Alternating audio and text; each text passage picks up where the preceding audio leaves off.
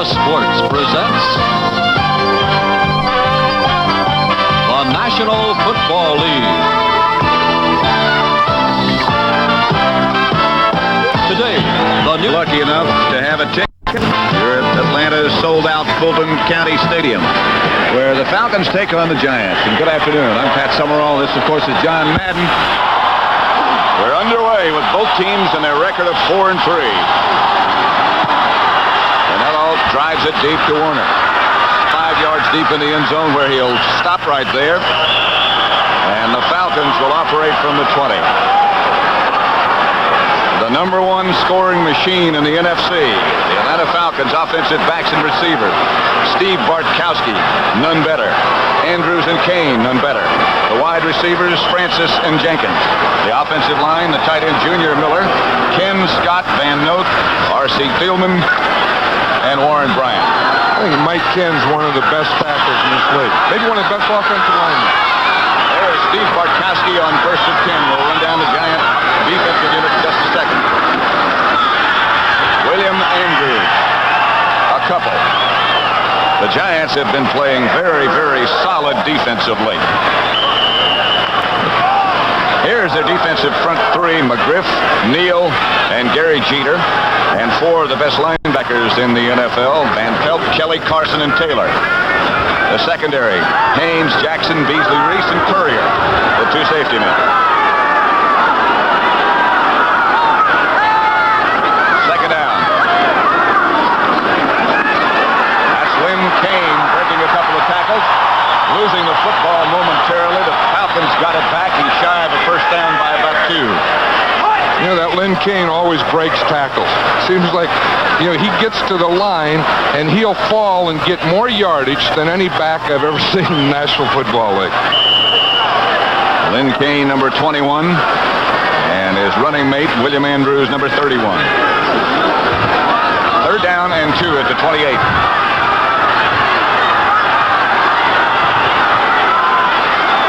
3 wide receivers for Atlanta. And Bartkowski will throw for those 2. Throws low, intended for Lynn Kane, incomplete. And we'll see John James. It's been raining all morning. Right now it seems to have reduced to a mist. But the field is very wet. The ball will be wet. And there'll be a lot of slipping and sliding before it's over. You know, one thing that's important is that they wear the proper cleats. They were talking about that yesterday at the Atlanta practice. And in a wet, soft field, you want to wear long cleats. Leon Bright and Alvin Garrett back deep for the Giants. A hanger. That'll be Leon Bright. Falcons got burned a couple of weeks ago by the Rams. Penalty marker down on punt returns. Penalty marker down.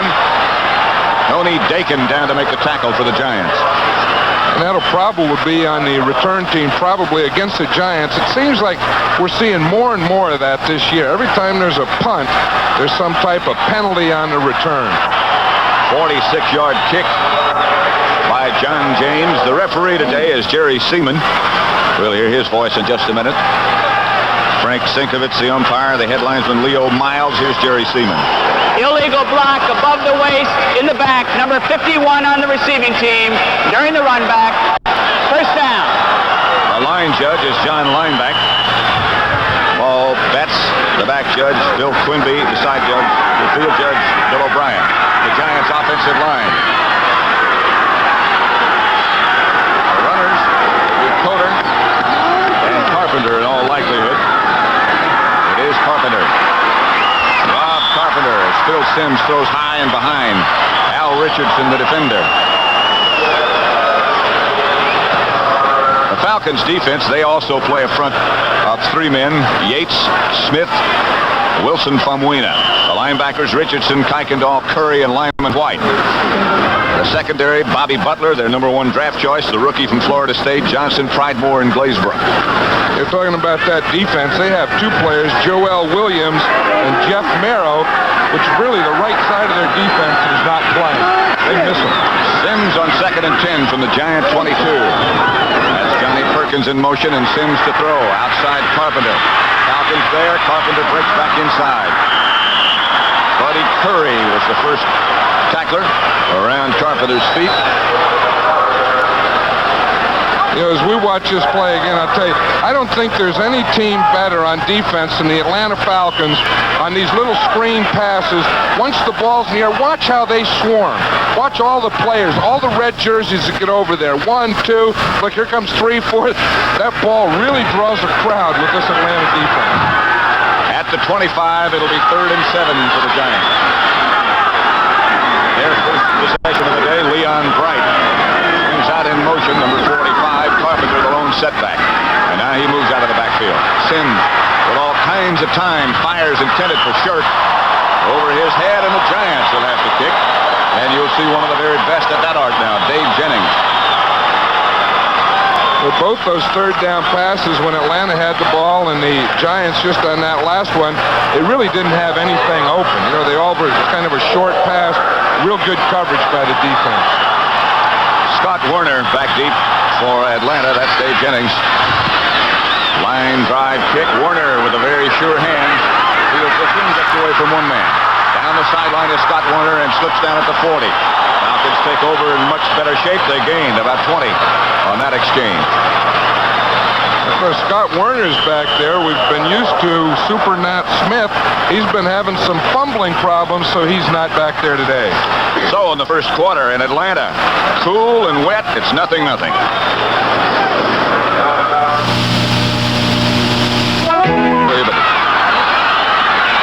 Here's Bartkowski back to throw. A lot of time. He finds Lynn Kane in the right-hand flat.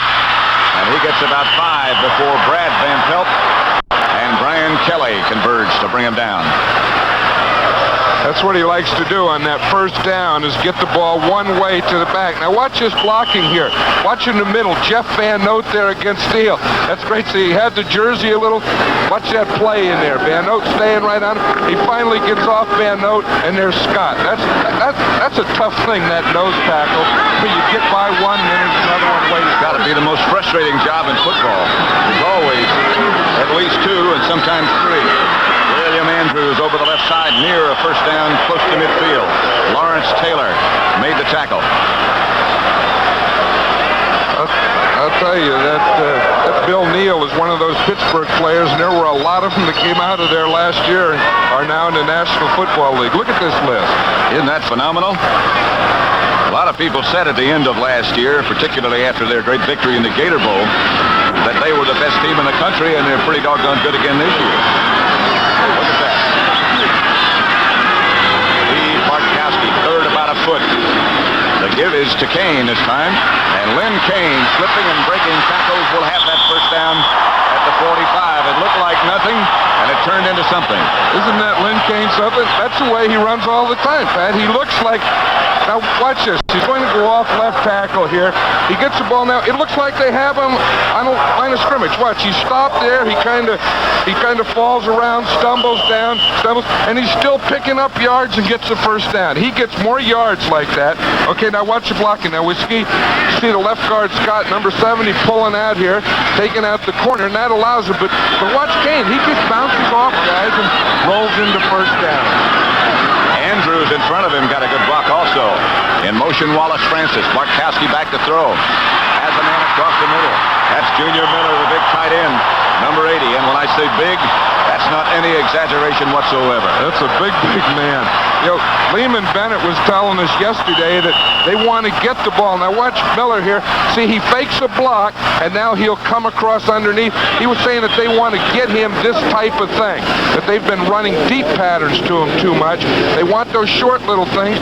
Look at the size of that guy, and then he can catch that ball and make those defensive backs tackle him. 9-yard pickup, and those defensive backs will be punished when they tackle him. 3-0 St. Louis over Minnesota, first quarter. Just about that much shy. Well, the first down, Atlanta. New England, Washington. John Smith, the field goal for the Patriots. They lead the Redskins 3-0.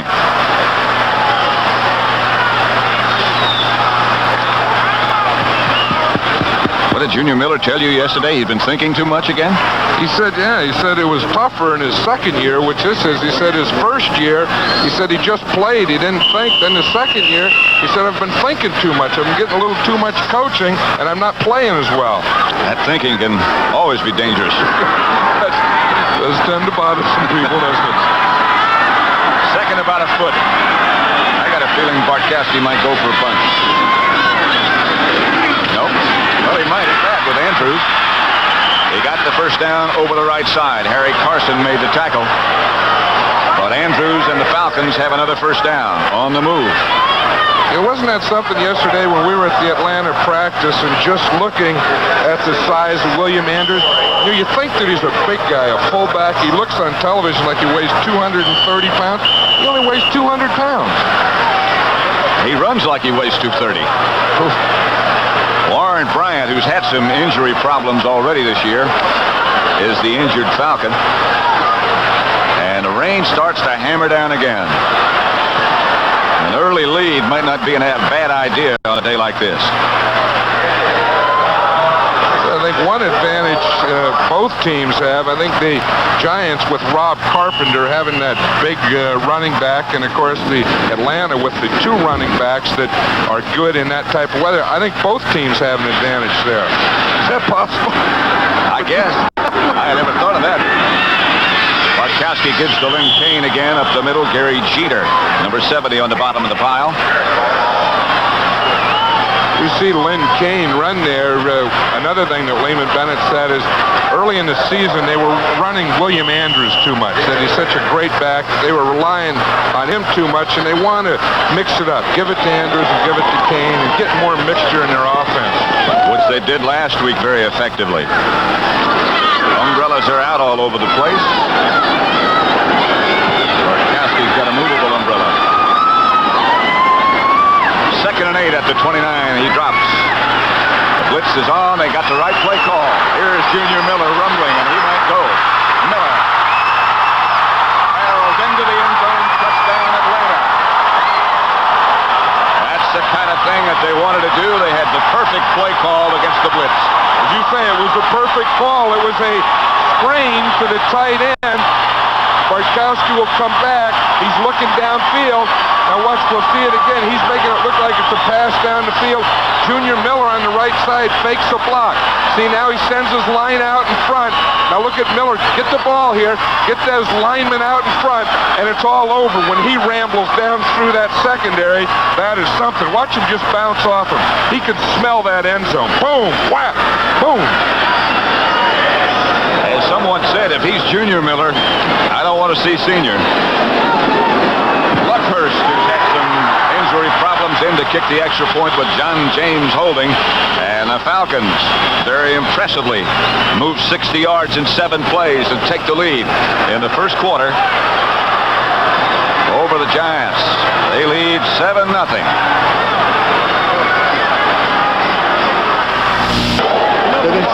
There's big Junior Miller, who just rambled for that touchdown. A great block by R.C. Thielman in front of him. There's the scoring drive. Luckhurst, who added the extra point, now will kick off for Atlanta. Leon Bright back deep for the Giants in the middle. Alvin Garrett and Mike Dennis back there with him. High kick goes over to Garrett. He'll handle it at the 5, or try to. He gets to the 10. Breaks away from 2 or 3, still on his feet. After all that stumbling and fumbling, he turned it into a good return. Earl Jones made the tackle. Ray Strong down there to help. Next week, CBS Sports will bring you great boxing. A former WBA lightweight champion Sean O'Grady meets WBA number 2 ranked contender Andy Ganigan. Next week at 4:30, 3:30 Central and Pacific on CBS Sports Saturday as you look at Lehman Illegal Bennett. block above the waist in the back. Number 56 on the receiving team during the return. First down. As I was saying, we seem to see more, every time there's a kickoff or punt return. Of course, they have those new rules, and as long as they're for safety, I'm sure that they're good. But it seems like on every return, we have a penalty in it. Anytime you get behind somebody, you just better leave them alone. First down at the 10 for the Giants. Bill sends the quarterback to Carpenter straight ahead. And Rob Carpenter rambles and rumbles outside the 20 to about the 23. First down. Tom Pridemore made the tackle. Ray Perkins, who was so very candid with us last night, was candid about Rob Carpenter, too. He said what a pleasant addition that this has been. You know, they needed a running back, a fullback, and, you know, Carpenter is a lot bigger than people think. Something with number 26, Rob Carpenter, but he weighs 230 pounds. Sims back to throw. Outside to Gary Shirk. The Moorhead State connection. Doug Williams scored for Tampa Bay. They lead Philadelphia 7-0. First quarter. Al Richardson made the tackle. I'll tell you, there's a linebacker. He's had to pick up the slack. You know, last year when they had Joel Williams and Al Richardson both as bookends, they were really tough. Joel Williams has been hurt, and Al Richardson has had to pick up a lot of that slack. Two tight ends for the Giants, and here's one of their favorite plays from that formation as Carpenter cuts back inside. Near a first down, just a little bit shy before Fulton Kuykendall is the first man to hit him. This is one of the formations that they want to use quite a bit of. It's a good running and passing formation. It's two tight ends, two wide receivers, and only one running back, Rob Carpenter, in the backfield. They try and run right or left, depending on where the strong safety lines up. Just run away from the strong safety. It does some other things to your defense. They can sort of dictate what you can do on defense with a formation like this. Now they have three tight ends in the football game. Carpenter, the deep back in the eye, hurling straight ahead for first down. Don Smith, the nose tackle, made the tackle. I don't know if this is a first down. This is going to be awfully close. This is one of those things, Pat, that depends on where they spot that, where they put that foot down. Looks like a left foot down there. Depends on where they spot it because it's going to be awfully close. Perhaps saw the referee signaling for them to bring in the sideline markers, and they'll measure for that first down.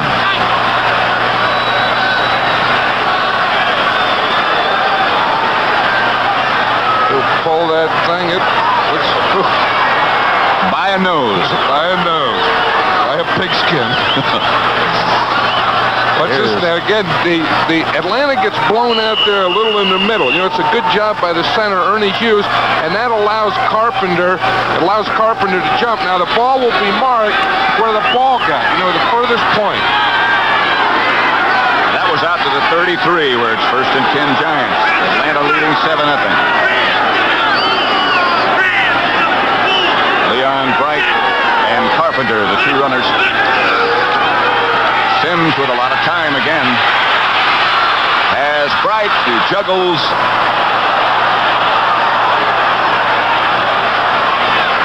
I don't know if Sims saw Mike Freedy downfield, but Mike Freedy was running a post man to man, and he really had room. He could have gotten a big one there had he looked downfield. He got enough for a first down. We'll look at it again. I think. Well, we won't have time right now. Enough for a first down. That pass completion from Sims to Leon Bright. 1st and 10 at the 45. Giants down by 7. Pitches back to Bright. And Bright is swarmed on. So typical of that Atlanta defense over the last few years. I was talking about Mike Freedy. He did have that post against Kenny Johnson on that last play, but you know, last night Ray Perkins told us that he was going to start both Ernest Gray and Johnny Perkins, and he started Freedy instead. I wonder if it's because of the rain and the wet field. I would think that has something to do with it, as Freedy has excellent hands. He's more of a pattern receiver. Ernest Gray split out wide to the right. Sims back again as they flood to the right side. Bright open again. That ball's well thrown. Should have been caught. Buddy Curry, the defender, but Bright had him beat. That's about as well as you can throw that type of pass. You know, this is a running pass against a zone. You see, they pick up the stunt there, the defensive line stunt. Now watch Sims here. He throws a running pass right in a seam of a zone to Bright. That's a perfect pass. Just went right through his hand. You have to catch those kind. Ooh. It'll be 3rd and 9 for the Giants at their own 46.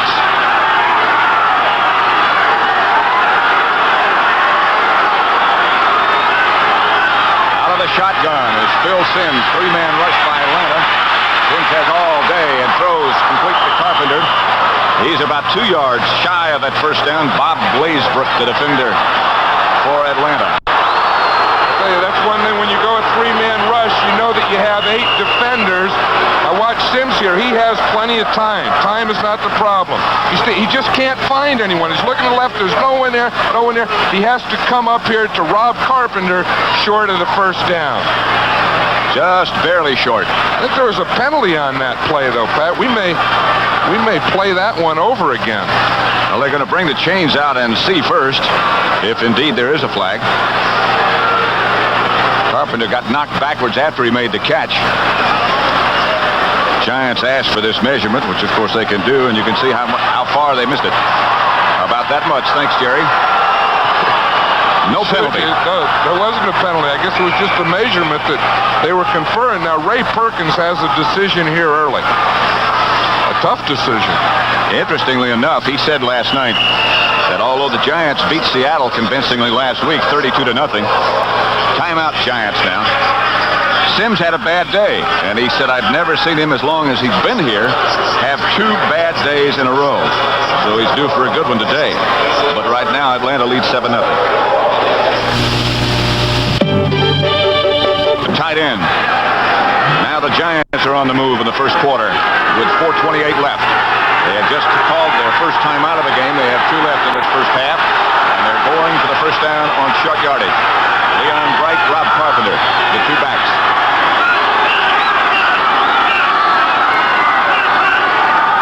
They don't have a play call here, Pat. There's no play. They're trying to draw the Falcons offside. And they took too long. The Falcons didn't bite. That's right. You see what that play was? It was a planned play. They wanted to go in there and just call no play. And then Sims would start the count, hope that Atlanta jumped off sides and they got the free first down. Atlanta didn't jump, very good discipline. So now the Giants take the 5-yard penalty and punt.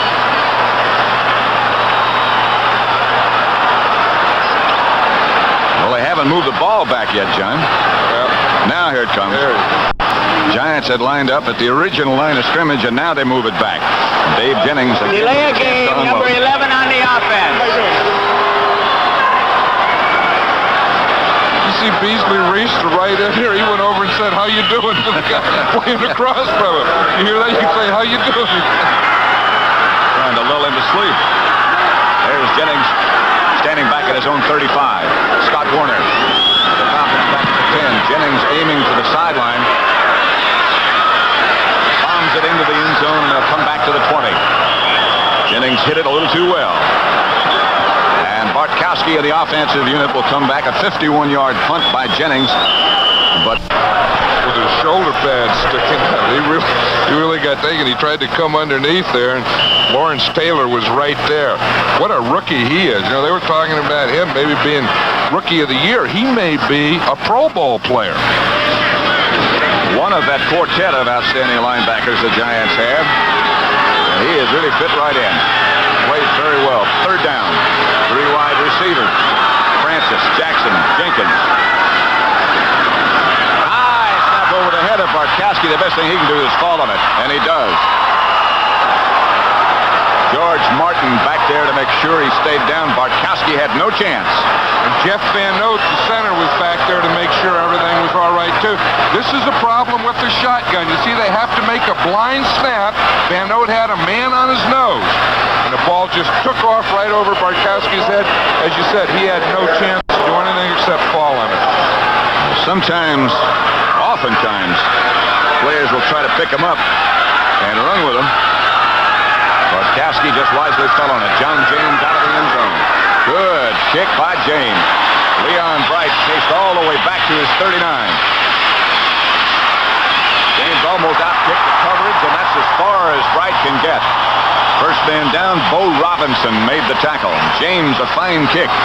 Let's see if we see it again. Now watch the center come flying back. Look, he snaps the ball. His head's back. Watch him. He went back 5 yards. I'll tell you, James sure put everything he had into that punt. A 52-yard kick by John James, who's having a year like he had a couple of years ago. A good one. Bill Sims of the Giants take over at their own 44. 2:34 left to play at first quarter. Atlanta leading 7-0. Leon Bright and Rob Carpenter, the two runners. Sims back to Carpenter. Carpenter got good yardage around the left side. Kenny Johnson came up to make the tackle. I think the Giants will probably work that side, their left side, the Atlanta Falcon defense right side, because that's where they're missing the two players, Joel Williams and Jeff Merrill.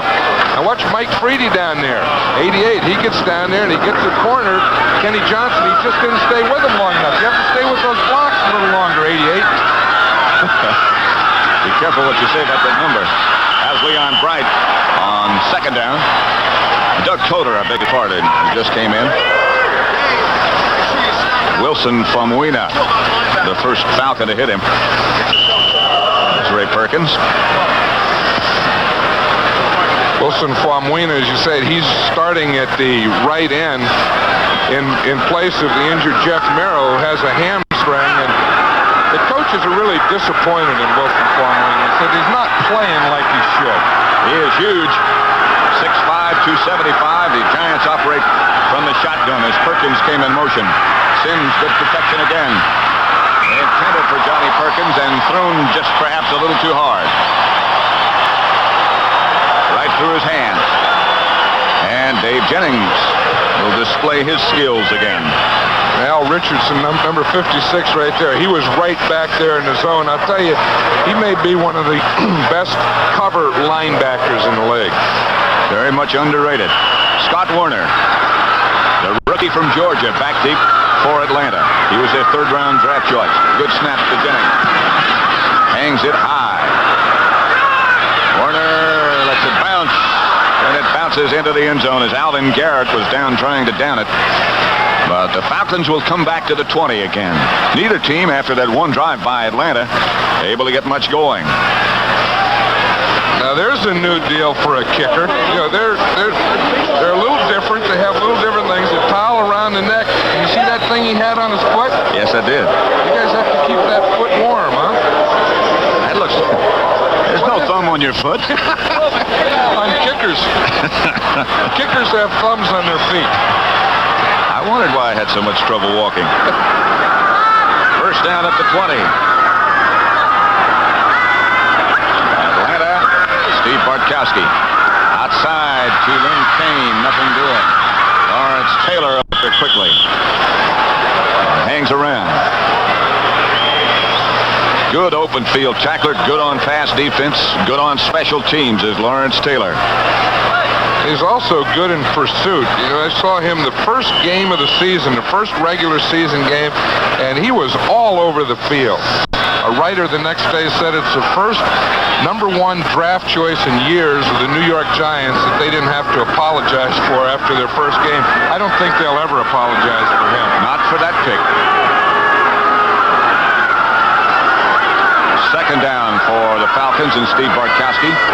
Inside the 20, about the 17, as that last play lost yardage. Bartkowski again looking to set up a screen pass, wrapped down by George Martin. Right now, for an update on what else is happening, let's go to Brent Musburger in New York. In Atlanta, it's hard to know what those Cardinals are going to do from week to week, isn't it? Well, we saw them against Dallas when they beat the Cowboys, and they looked outstanding that day. And they came down here and took a shellacking from Atlanta. Three wide receivers set up for the Falcons. Bartkowski drops. Giants with a four-man rush. Bartkowski is down. George Martin, who is their best pass rusher, takes Steve down. They have to protect him. George Martin, they bring him in now on the passing downs. They also go to 4 linemen. They line him up all over the field. That time he came from the left end, right there on the right of your picture, right through the blocker, Sanders, and right into the quarterback. Sanders is the player who took Warren Bryant's place after he had the lead. With that full muscle, Giants must be setting up something so they can try to block the kick. And the Falcons looked a little bit confused. That's the end of the first quarter. So they'll swap to the other end, the other direction. At the End of one at Atlanta's Fulton County Stadium. It's the Falcons 7 and the Giants nothing. Including the Giants 7-0. Cold, dreary, wet. Atlanta with the football. John James will kick, standing back deep in his own end zone. Leon Bright and Alvin Garrett, the deep men for the Giants.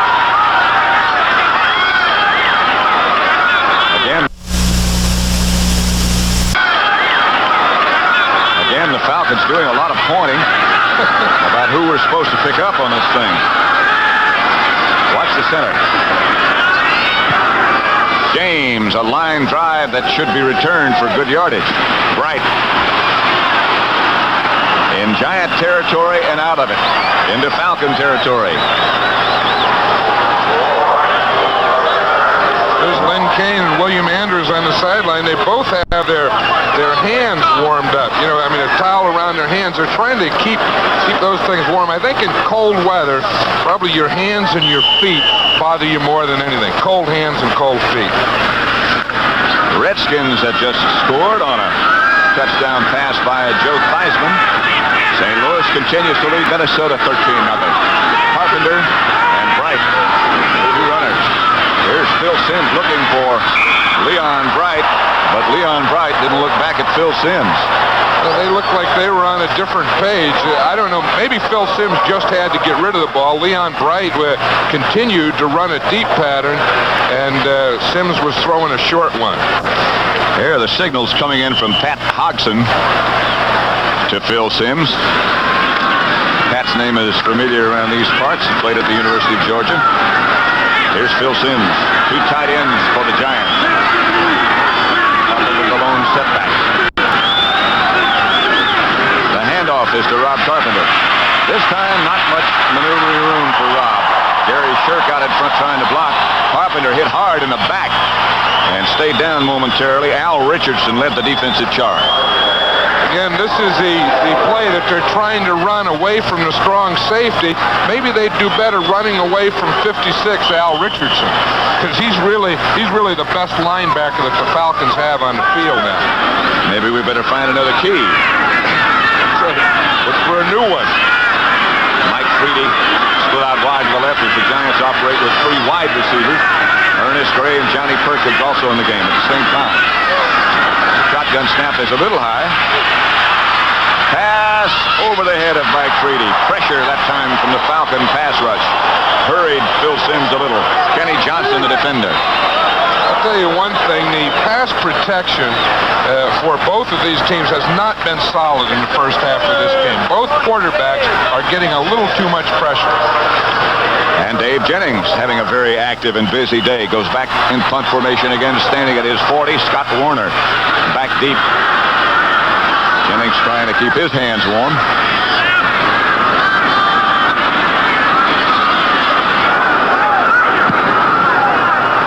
Warner signals for fair catch at the 10. And a hit by one of the Giants brings the flag down quickly. Somebody just had a lapse of memory. Did you know that's the rule? Scott Warner, when you're on the 10-yard line, you fair catch. If it's going over your head, you let it go. If it's in front of you, you take it. Now, he took the fair catch. Oh, man, one of the Giants came in. Larry Flowers came in after he did the fair catch. That'll be a 15-yard penalty, and that'll get the Falcons out of the hole. That's a big one. Obviously, he just did not see him signal for the fair catch. I'm sure that's what the officials are talking about. You know, did he give a fair catch signal? Yeah, that's a sufficient fair catch signal. Continued to move, caught it there, went down, and look at Flowers come in right there. Flowers looked like he thought maybe there was a fumble, like he was going for a ball. They aren't going to penalize him. Illegal block above the waist, number 20 on the receiving team. Personal foul, unnecessary roughness, number 37 on the kicking team. Offsetting penalties, first down. I'm sure that's what it is, but I don't agree with that. I don't think that, you know, he fair caught, and if there is an illegal block, I don't think that should give you a right to hit a man after a fair catch. I agree. The the high cost of... What a train has to do with it. I don't know. Anybody should know, you should. William Andrews to the left side for about 5 after he broke away from Harry Carson. And then Carson came back and caught up and tripped him up. Saw the average yards on first down so far. William Andrews said a surprising thing yesterday, that he feels he runs better when he's tired. When he gets tired, he says he gets a little of that nervous energy out and it calms him down. He can make better cuts, and he said he concentrates more. He got 4 on that carry. Lined up as a flanker to the right is Andrews. This is Lynn Kane trying to get to the outside. Bangs away from one, goes out of bounds on the Atlanta sideline. Lynn Kane probably went through one of the most intense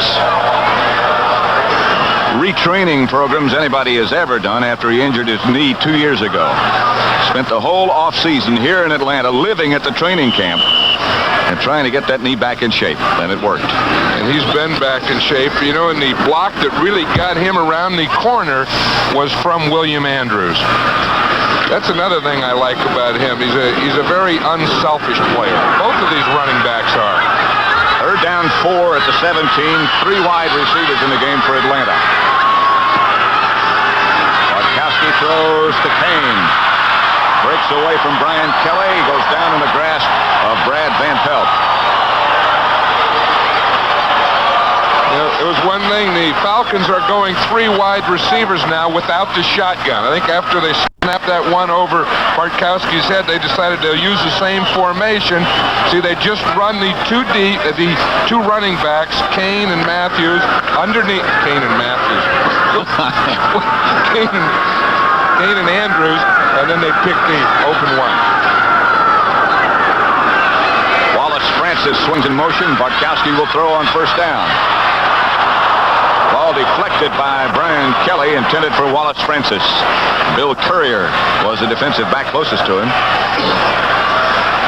Last night, we were talking to the Giant coaches, and they said they don't like to see William Andrews catch the ball. A week ago, he caught 8 passes. They said they don't like to see him catch the ball that much because then he gets a real running start at you. He really delivers a shot.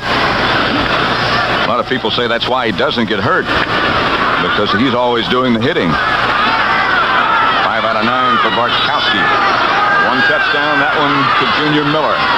The tight end screen. Bartkowski will throw on second. Pass complete, and look out. Penalty marker down. That's Alfred Jackson. Jackson inside the Giant 30. Penalty marker back at the line of scrimmage. I think they were going to call pass interference, which, of course, Atlanta will not accept. If we see more big plays that way, where it's just a medium route where there's a missed tackle, they break away and get a big play out of it. Now watch Bartkowski here, finds Jackson to the outside. It was really good coverage there by Terry Pass Jackson. interference, number 24 on the defense. Penalty decline. Terry Jackson must have hit him after he went 5 yards. That was Harry Carson, the linebacker, who ran down the wide receiver. 49-yard pass completion to Alfred Jackson. And the Falcons move inside the Giant 30 to the 28, where it's 1st and 10. One lone setback is Lynn Kane. Andrews lined up as a flanker on the right side. Bartkowski from Van Note. Quick throw outside. Intended for Alfred Jenkins, who looked downfield before the ball got there. And you won't see him do that very often. Look at number 84, Alfred Jenkins. He only weighs 155 pounds. Now he's waiting. He wants to start running. He says, I want to go. I want to score. I want to make a first down. The ball hit him right in his shoulder pads. Yesterday, watching him in the locker room after practice, it doesn't look like he should be playing this game. No, he looked like he was just one of the kids hanging around getting autographs. 2nd and 10. At the 28 still. Bartkowski drops Giants blitz. Incomplete, intended for Wallace Francis over the middle. And it'll be 3rd and 10. Bill Courier, the defender, nearest. Look at that Wallace Francis there. You see him wearing gloves. You know, all the receivers to keep their hands warm now. And we saw earlier Junior Miller had them on. They wear those golf gloves to keep their hands warm. The Falcons' all-time leading receivers, their great tight end Jim Mitchell, the all-time leader. And then come Jenkins and Francis. Third and 10. Alfred Jenkins is a feisty little guy. Full of life. There he comes out wide to the right. Wallace Francis inside him, number 89. Again, it's a blitz. Pass almost caught. Again, it was Wallace Francis, the intended receiver, and Bill Courier was a giant close to him. Again, it was George Martin. You know, Warren Bryant was hurt. Eric Sanders is playing right tackle. Now watch Martin come right inside Sanders there and put the rush on Bartkowski. That pass almost complete. Courier on Francis. Mick Luckhurst. This will be from about 45 yards out. He's been hurt just outside the 35. And, of course, with the extra 10 for the goalpost, John James is his holder. Left-footed Mick Luckhurst. I won't get there. Underneath the goalpost. Still a little bit of swelling in Luckhurst's ankle. He hasn't been able to kick all week. No, he didn't, and yesterday at practice, he really didn't kick very well. He didn't look like that ankle was well yesterday. In the first half with 11:54 left to play, 7-0 Atlanta. Possession so far, that's the way they've ended. 4 plays in the punt, 8 plays in the punt. 4 plays in the punt, 4 plays in the punt. The fourth in all those series was the punt, actually. That's a lot better than an interception or a fumble. Double tight end set up again. Mullity and Shirt. Carpenter looking for some place to go and finally getting a few. Mostly on his own. That was that formation again, 2 tight ends, 2 wide receivers, and that time they just ran to the left, maybe away from Al Richardson. Sometimes it seems that it's just up to Carpenter. They block straight away, and he finds whatever he can. The last couple of weeks, he's been very successful. Same formation. Second down, 5 at the 33. Again, it's Carpenter. This time banging over the right side. A little bit shy of a first down, but still about 4. Jeff Yates made the tackle. One thing I like about this formation, Pat, is it's bringing these safeties up on the line. You see the safety up there?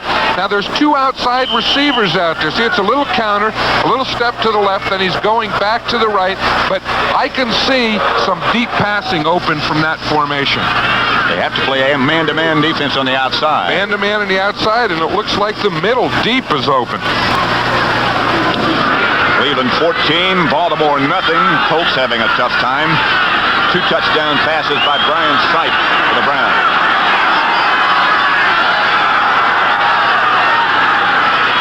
Harry and Carpenter spun around, very nearly a first down.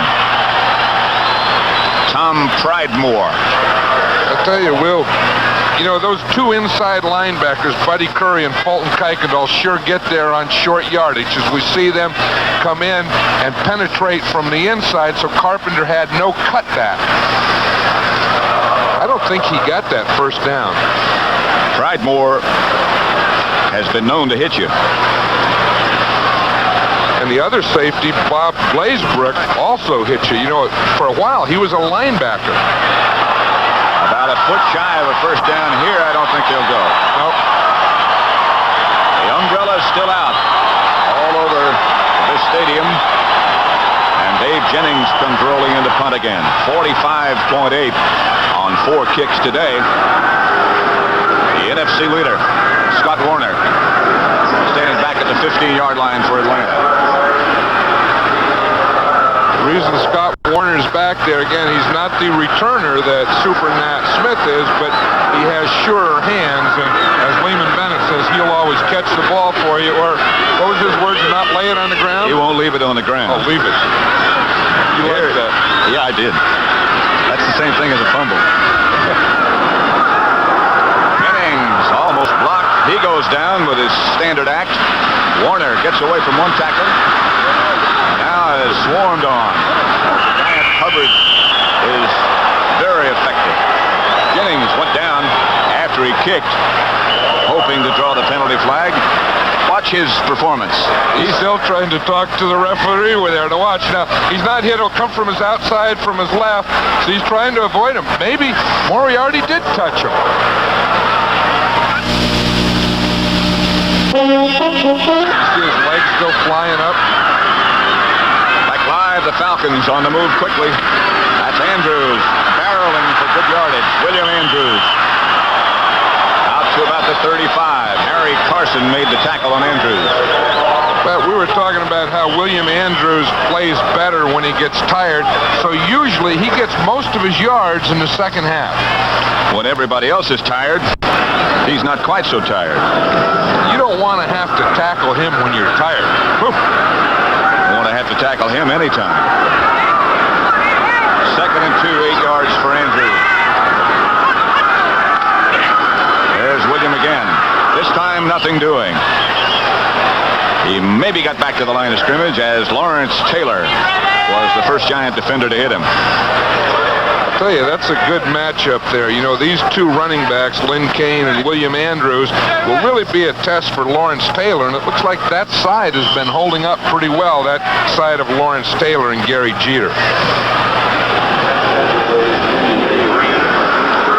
Buddy Curry, the Falcon linebacker, is from North Carolina. They have another, Paul Davis, a rookie from North Carolina.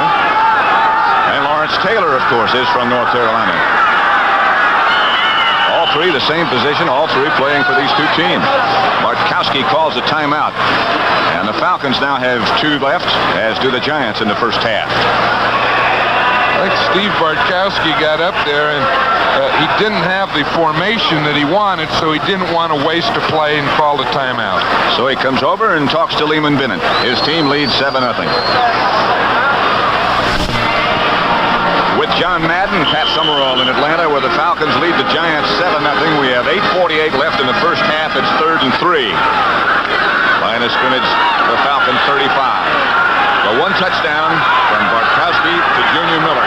29-yard screen pass to the tight end. Bartkowski throws outside. Pass is complete for Lynn Kane. And now they say incomplete. Terry Jackson, the tackler. That one official started to mark it, though. He was in there marking the ball, and now he's walking away. They're going to have a discussion because one official was marking the ball. The other one said incomplete. Jerry Seaman says holding. And so they'll bring it back.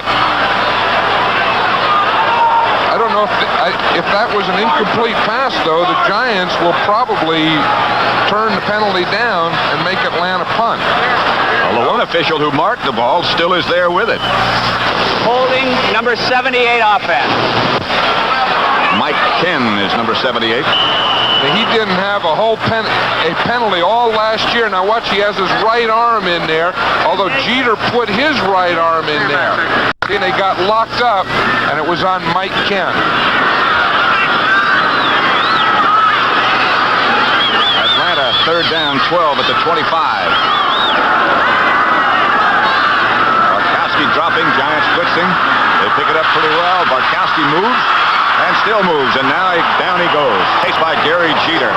And again, John James will come in. I'll tell you, that was excellent coverage by the two Giant corners. Jackson and Haynes were playing in tight coverage. Now watch the rush here. It's a blitz. We see Taylor coming. Van Pelt is in there. Jeter from the outside. Tabor right there. See, he moves a little to the left. The Giants are still coming. Jeter finally gets an arm on him. But the thing that caused that, though, was the good coverage by the Giants secondary. Very unpredictable and strong wind now has developed, as well as the rain in Atlanta. Here's James. Off the side of his foot, not a good kick at all. Takes an Atlanta bounce, however, and Leon Bright at about the 48-yard line, where the Giants will take over. 8:08 left to play in the first half. Atlanta 7, the Giants nothing. One touchdown is all on this rainy day so far, and again, that lead might be bigger than it looks. Hi, Mr. Van Patten? You know, I've got a big family in real life. Like that Marcus Allen. You know, when they hold him to under 200 yards, they say they stop him.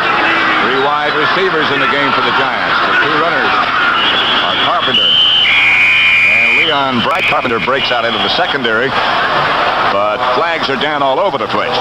They'll bring that one back. It was one of those whistles that occurred before the ball was snapped, so it had to be an illegal motion before the ball was snapped.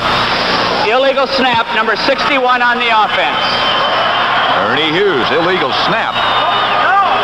You know what he must have done? He must, once they get the ball down there, they can't move it until they snapped it. And he must have moved the ball. Illegal snap, number 61 on the offense. He must have moved the ball before he brought it up. Billy Ard playing offensive guard now for the Giants in place of J.T. Turner. Green Bay 10, Detroit 7. Stenerud's field goal the difference. Minnesota still trailing St. Louis 13-3. Perkins goes in motion to the right. Handoff is to Leon Bright. Hit down by Tony Dakin and Lyman White. You know, somewhere here, Pat, I think the Giants ought to air one out, throw one up the field. They haven't been. They've been working the run. They've been working the short pass underneath. And what the Falcon defense is starting to bunch up on them. And I think if for no other reason, just to loosen them up, they ought to throw something deep to a Perkins or a Gray. Whether it works or not, huh? That's right. Second down, Falcons faking blitz. And now they back out. Only a 3-man rush as Sims airs it deep. Has Johnny Perkins right through his hand. Tom Pridemore was back there with him, but Sims had a man open. Deep. Sims is upset. He knew he had that one. It was a perfect time to do it. They have good field position here. And as I said, the Atlanta Falcon defense was just getting tighter and tighter and tighter on him, and they had to do this. They had to go deep. Look, he gets behind Pridemore there. He's in the open. He has it. It's a little short, but you have to catch those kind of right in your hands. Woo! Johnny Perkins, that was bad. Third down. Sims blowing on his hands, 3rd and 12. Giants are 1 out of 6 on 3rd down conversion. Here's a chance to improve that. 4-man rush this time by Atlanta. And it is effective as Don Smith puts Sims on the ground, and he is really upset now. Penalty marker down. I think it's against the Giants because the Falcons are going off the field, but that's frustrating for a young quarterback like Phil Simms. One, you have a guy open and he drops it. The next time you get pass rush and get a sack. Now watch it, it'll come right there. You see number 65, Don Smith, right there. He didn't have a chance. Phil Simms had no chance. Look at the frustration. Dave Jennings, number 13, will kick again. And again he hits a dandy. Scott Warner chasing it to the sideline, fields it. Comes outside the 20 to about the 22. Good play. Larry Flowers down there first. 45-yard punt by Dave Jennings. And Atlanta will take over with 7:02 left in the first half. Seems the tempo of the whole game has sort of lost its momentum at the moment, at least. Well, they haven't. I think the Giants did something that they had to. They had to go deep, and they did, even though Johnny Perkins dropped the ball. And I think they have to do that more. You know, a wet field is it's a good passing field. Because if you can keep the ball dry, you shouldn't get big pass rush. 1st and 10 at the 22. Kane and Andrews. This is William Andrews. Up the middle out to about the 25. Giants converge quickly. Bill Courier, Gary Jeter on the bottom of the pile. See the 2 inside linebackers here. We see Carson and Kelly right inside, and they take on those big linemen. They do a good job of holding the front line. Andrews got 4, so make it 2nd and 6. On 2nd down, will throw.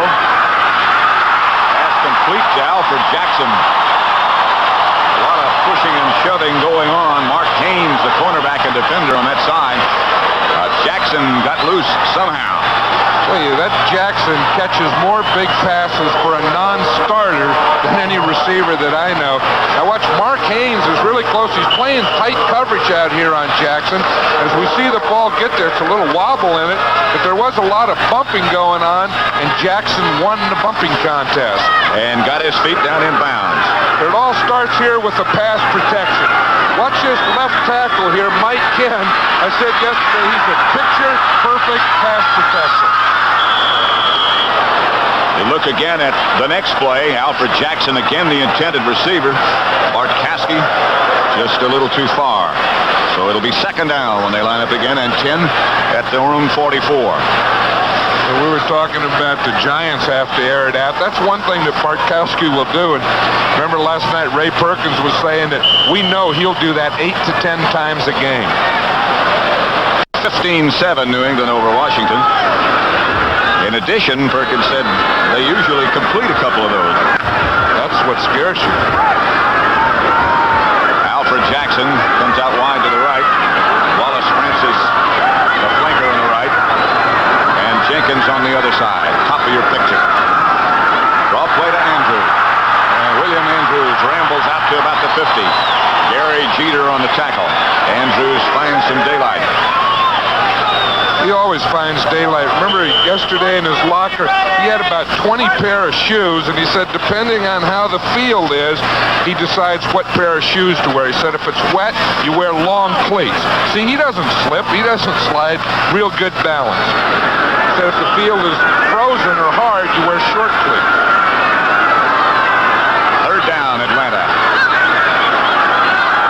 They need 3.5 for a first. And Bartkowski will throw for it. Miller had it, dropped it. He was open, and again he started turning up the field and looking up the field. A little too early. That was Lawrence Taylor on him. Lawrence Taylor really had him man-to-man within a zone coverage here. Watch Taylor. He's running step for step with him. Miller just dropped that ball, though. And John James, who can throw the football, comes into the game. He's a neighbor of yours, isn't he? Just down the road. A piece?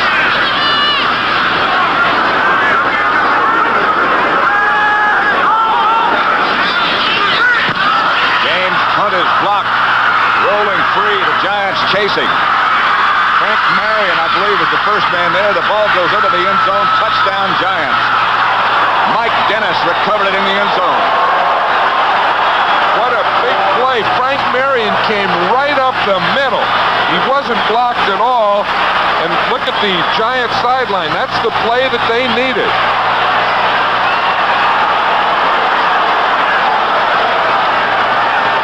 Well, John James still isn't sure what happened on that play. That's a touchdown. It is a touchdown. There was some confusion.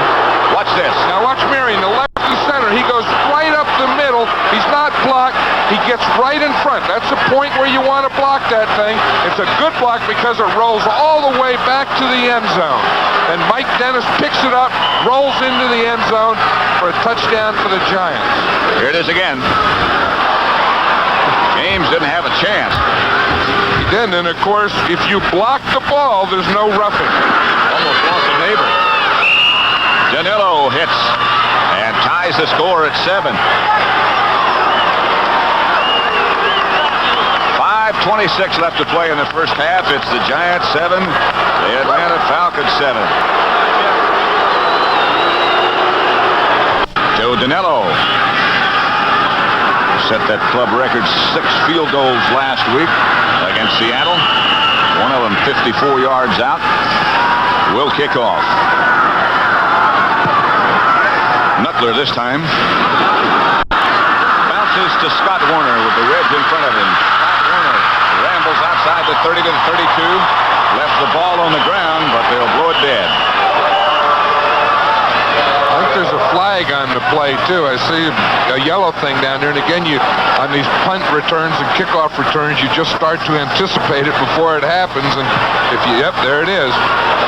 That really is the first thing I've started to look for after a long kick return, if there is one, is start looking back up the field for a flag. And almost every time it seems like there is one.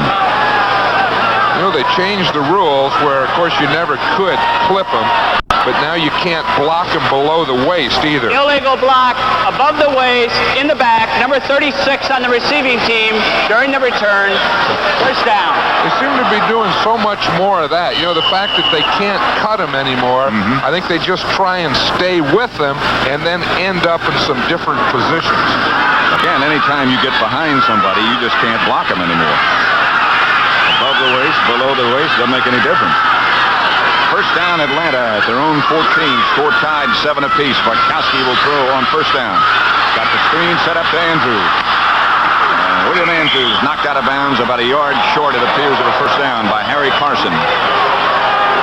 This is something that they found that they like to throw their screen passes against the Giants here to the right. We see Andrews fake a block. Bartkowski look to the left, throw the screen, get the right side out in front. We see Thielman out there getting a block on Van Pelt, and that's about all Andrews needs. But remember, they threw that screen to the right to Junior Miller, the same place. That was the touchdown. The first one, the only one, in fact, for Atlanta. 29-yard pass completion from Steve Bartkowski to Junior Miller. 3 wide receivers in the game for Atlanta. Bartkowski gets straight ahead. Lynn Kane. Andrews, I beg your pardon, 31. I don't know if he got the first or not. That's the way to stop William Andrews, is to get in the backfield, get penetration. I think it was Bill Neal, the nose tackle, who got in the backfield and really got William Andrews before he got started. Clock is stopped now with 4:50 left in the first half, with the score tied 7-7. Pat Summerall with John Madden at Atlanta's Fulton County Stadium. We were talking about those screen passes. You usually throw screen passes to the side that the linebackers drop the deepest.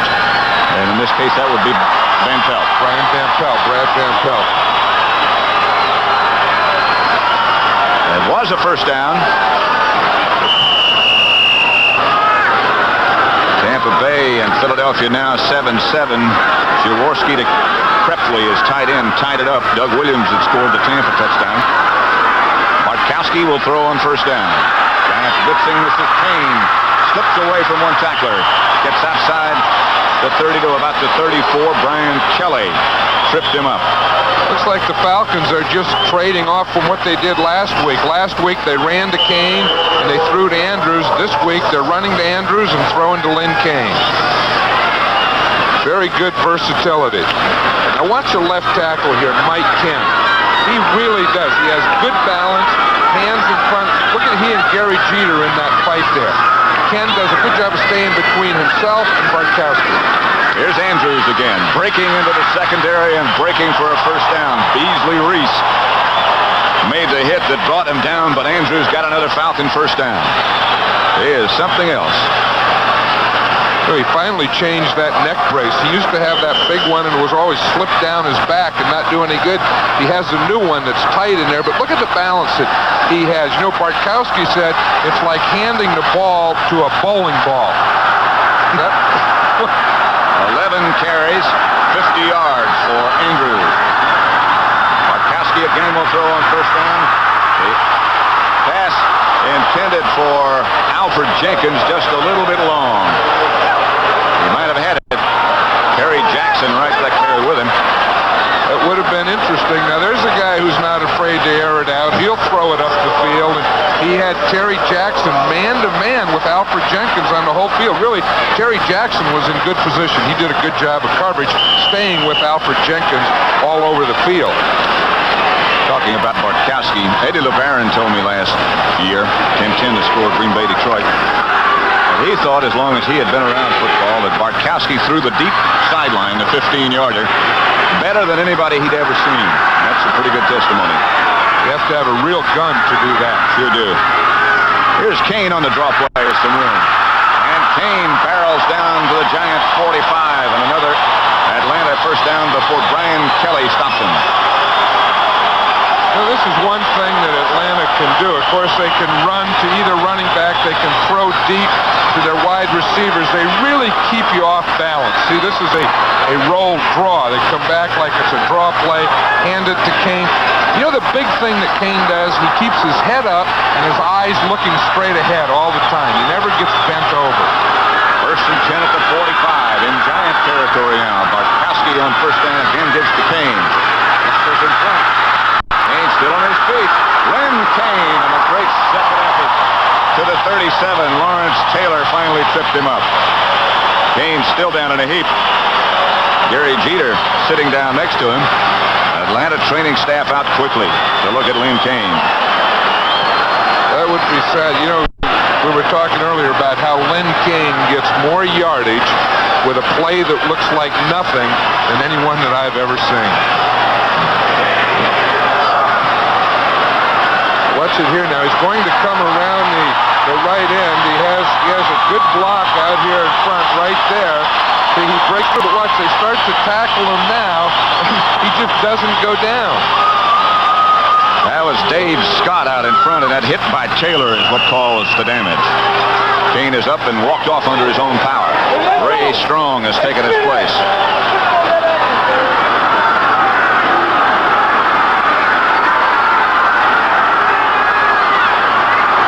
Strong flanked out to the right.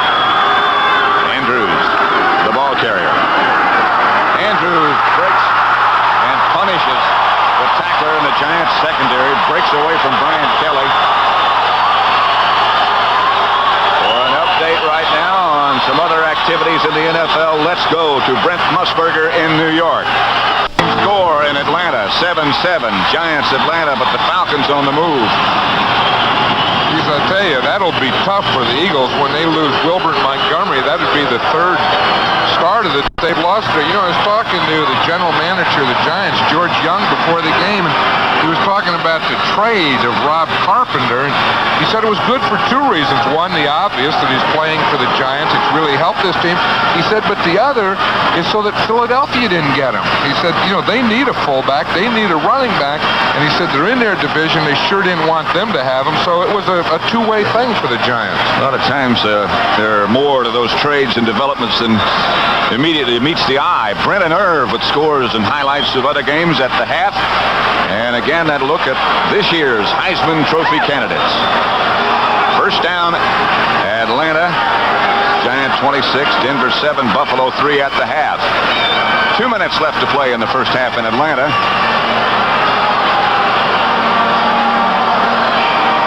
Falcons have put together their best-looking drive of the day on this drive. On the ground mostly, and that is what Lehman Bennett said he felt they had to do. Line up and take it at them.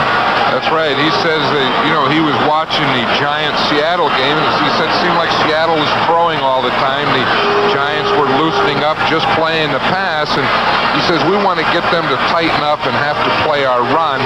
He said we're just going to take the ball and run it right at them. 2 minutes left to play in the first half with the score all even at 7. Falcons have 2 timeouts left, and so do the Giants. Alfred Jenkins lined up on the left side. Alfred Jackson swings in motion to the left side. Bartkowski fakes, looks, has Kane. And Kane again struggles for extra yardage down inside the 20 to 19. Brad Van Pelt tripped him up. He gets yardage in amazing ways, doesn't he? He really does. You know, Brian Kelly was really frustrated. We'll see him, number 55. He'll miss the first tackle. Bartkowski was trying to go deep to Junior Miller. Couldn't find him. Dumps it off to Kane. Now watch Kelly right there miss. He was laying on the ground, pounding the ground. 8 yards or 7 make it. 2nd and 3 from the 19. Andrews breaking tackles, gets the first down to about the 12. And the Falcons immediately call a timeout. Harry Carson finally made the tackle. But Andrews is like that bowling ball you were talking about. You know, the other thing about Andrew, he's really a nice guy. I mean, he's just like a young guy, he's vibrant, healthy. You know, he's just never been hurt, full of life. I'll tell you, I really like him. You think back a few years ago, Auburn had Brooks, Tribbs, and Andrews all at the same time in the same backfield. Andrews was the blocker. Talked about a lot of talent. No, he didn't carry the ball very much in college. Well, Len Kane was the blocker at USC. Remember the first time we saw Lynn Kane, John, in Oakland? In Oakland, that's right. He had a big day. He was catching passes and running that day. I think he scored 3 touchdowns. The Raiders won convincingly, but Kane had a big day. Matter of fact, I think that's the first broadcast we ever did together. That's right. And, that day, I remember John Robinson, the coach at USC, that's the one player that he recommended. He says, you have to draft Lynn Kane. Lynn Kane came out the year I retired, and I said, thanks, buddy. We've been friends for 30 years. You give me one recommendation, and it's after I'm gone. And Lynn Kane lived happily ever after in Atlanta. And Atlanta's happy. 3 wide receivers for the Falcons. First down at the 13. Jackson in motion to the left. Kowski drops. Looking to set up that screen pass, and finally just throws it to the ground. That could be a penalty, and it is. Yeah, what happened is they had an illegal man downfield. He can call one of 2 things, either throwing the ball away or illegal lineman downfield. He has a double thing here, Jerry Seaman. And Junior Miller is saying that Bill Neal grabbed him. That was supposed to be that same tight end screen that they scored the on touchdown. the play. The quarterback was not under duress. No infraction. Not under duress. I thought all quarterbacks were under duress. Bartkowski's happy to hear that he wasn't under duress. No, but he could have called that when Bartkowski did throw the ball, there were 2 Atlanta offensive linemen downfield in the screen. Neal grabbed Junior Miller and wouldn't let him get out. That's why there was no receiver in the area. It's second down and 10. Again from the 13. Andrews the lone setback. He sneaks. He got it. At the 5. Harry Carson tripped him up. The Falcons hurry up. Well, they had wasted 1 timeout in the first quarter and used another, so they only have 1 timeout left. But they ought to think here to get a first down, then take the timeout. You don't have to get in the end zone. Third down. They need about 3. Bartkowski throws outside. Caught. Touchdown. Wallace Francis. Bartkowski threw the strike. A dangerous pass, but very effective.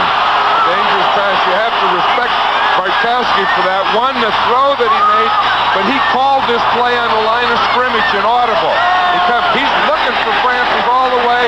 Now that ball is zipped in there, right there. Of course, he had the first down, and then the ball in the end zone for the touchdown against Lawrence Taylor. Pretty tough job for a linebacker to stay with a guy like Wallace Francis. Taylor was almost there, but not quite. And the Falcons retake the lead. Luckhurst out of James Hole. Good. That drive by Atlanta. 86 yards, 13 plays, and they kept the ball 4 minutes and 43 seconds. Ray Perkins not looking on at the moment. That frustrates a coach, that 4 minute, 43 second, really close to 5 minutes you don't have the ball, and of course, you want to get that ball back so you can do something with it, and when they just keep it and control it like that, it really is frustrating. We saw Perkins in conversation with his quarterback, Phil Simms.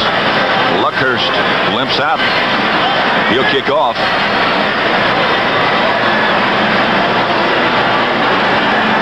Their backup kicker is R.C. Thielman, their starting right guard, and Lehman Bennett says, in all due respect to Thielman, he's a nice guy, an offensive lineman, a guard from Arkansas.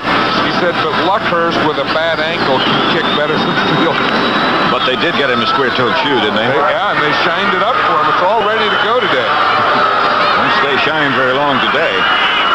Rained all morning. Right now, it's not. Had some showers during the first half already. 43 seconds left to play in the first half. The Falcons 14. The Giants 7. Luckhurst, the knuckle. Bounces down to Mike Dennis. And Dennis looking for some place to go. Gets outside the 30. Again, a penalty marker goes down. We even have one on those kind of kicks. I was going to say, maybe if you don't kick it high, you don't get them, but you tend to get them on any type of kick. It's got to be one of those illegal blocks again from the back.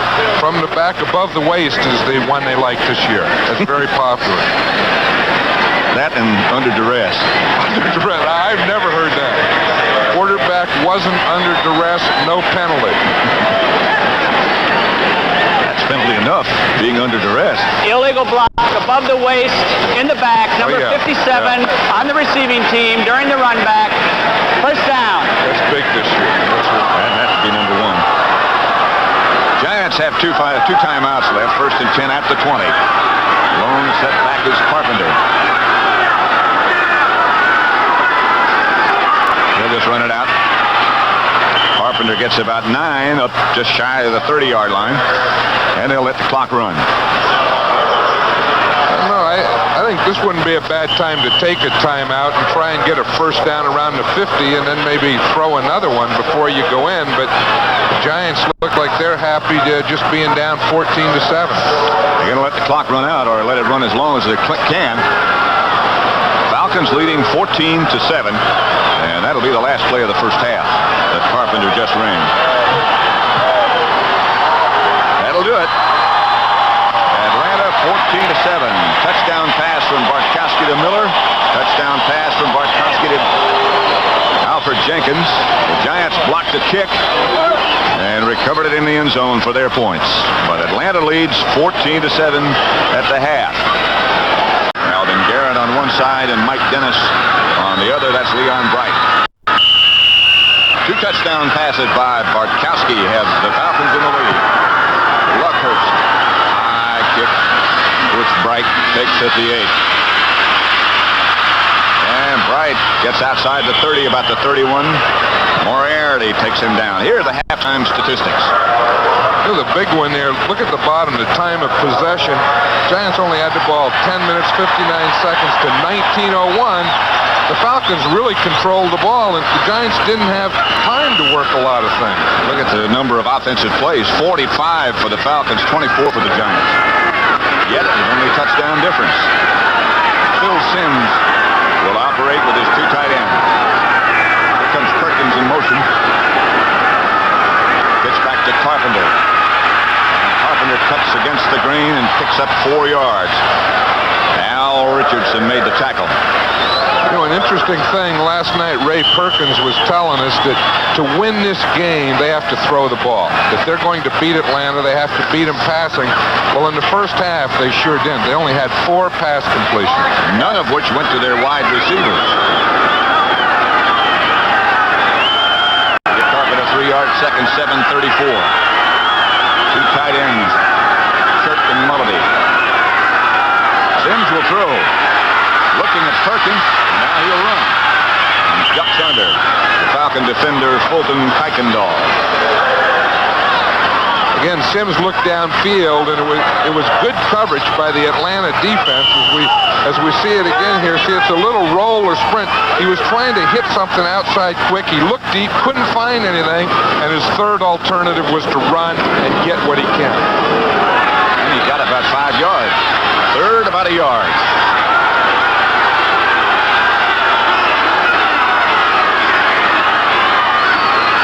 Begins at the 39, and Don Smith meets Carpenter just as he gets the football and knocks him squarely backwards. Ernie Hughes, the Giant center on that one, Pat, didn't have a chance. We can see it again here. Now watch Smith. He moves. He takes the outside, the little move. He splits both of them. He splits the guard and the center, J.T. Turner and Ernie Hughes, and he got Carpenter before he had a chance to get started. And Carpenter didn't come close to getting that first down, and here's Dave Jennings. Scott Warner standing back deep for the Falcons. Somebody move. That'll be enough for a first down if that's against the Falcons. If they weren't drawn offside, that'll be a first down for the Giants. Those really hurt. James Mayberry, I believe, jumped early. It does. You know, you talk a lot, coaches talk about discipline, and that's the type of discipline you're talking about. That, you know, on that, I remember in the huddle. Encroachment, number 39 defense. First down. On the punt return, we'd always call, you know, return right or left, and then we'd say, don't rough the kicker, don't go off sides. Every call, we made those 3 points. First and 10, 2 tight ends again for the Giants. Shirt on the right, Mulledy on the left. Hand off Carpenter. Is in front, but the whole thing just doesn't quite materialize. One of of the things I think the Giants have to do, they really have to open up. And we said it in the first half that this Atlanta defense started playing loose. They were playing deep.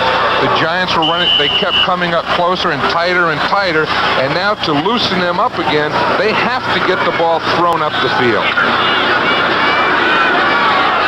Didn't look like that play was going to get that much yardage. They got 5 yards, so it's 2nd and 5. Leon Bright in the backfield with Rob Carpenter.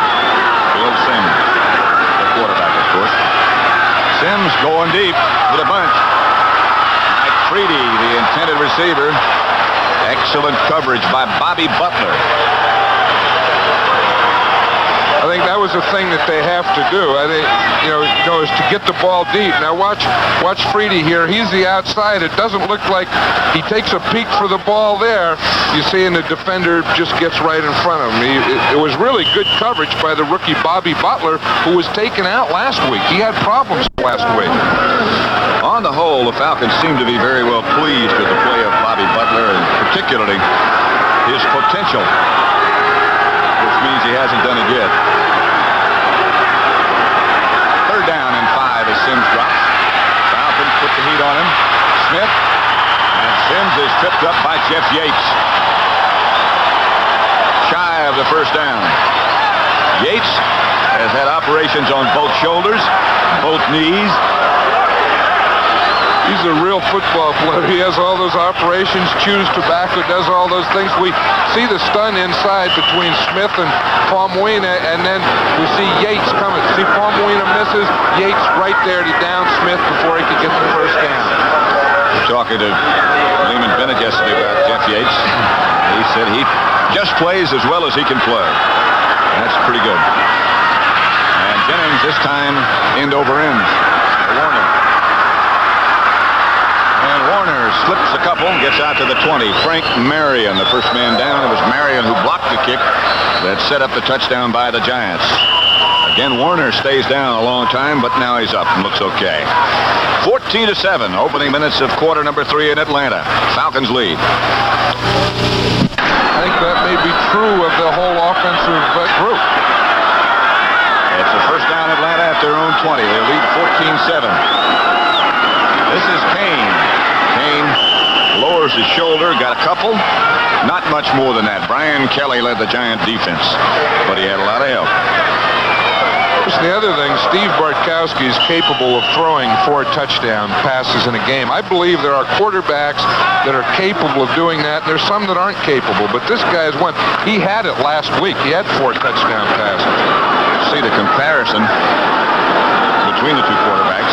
Bartkowski has 152 yards. Sims just 29. Giants have completed only 4 passes. Handoff. Lynn Kane again. He only got a couple, and Bartkowski will have to air it out now. He only got a couple because Lawrence Taylor was outside waiting. You see, the ball started inside. Taylor didn't go inside. He kept his position, waited outside, and Kane had to run right into his arms. Look at the strength of Taylor. Once he gets them, they aren't going forward any longer. The other tackler was, of course, Harry Carson, who had Kane from the other side. There's Taylor, who stays in on the passing down to Bartkowski. Complete to Alfred Jenkins, and that's the first one he's caught.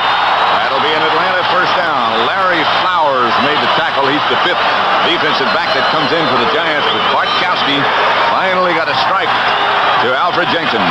We'll see it here with again, it starts with the pass protection. Bartkowski has the time to step up. You see, when you have time to step up, then you can hit that inside stuff, and it was a perfect pass to Alfred Jenkins. 155 pounds is all he weighs. Yet he's the best blocking flanker the Falcons have, and maybe the best anywhere. He's proud of that, too, isn't he? He'll talk about his block. 81 straight games in which he's caught a pass. Bartkowski airs it out again. That is deflected and caught, I believe. Yes, sir. Again by Alfred Jenkins. He got the rebound.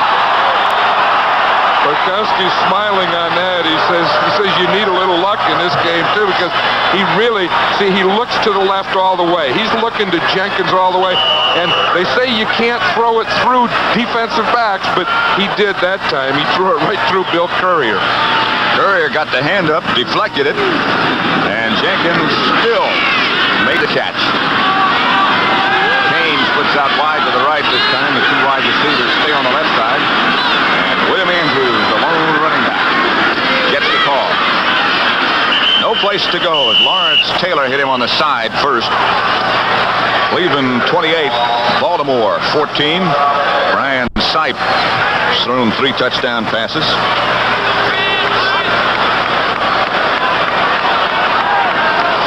Detroit back in front of Green Bay 17-10. Second quarter score, the NFC Central. As usual, a very tight race. Washington leading New England. 2 mysterious teams this year. 17-15, the Redskins over the Patriots. First and 10 at the 47. 8:29 left to play third quarter. The Falcons on the move again. Bartkowski 14 out of 25.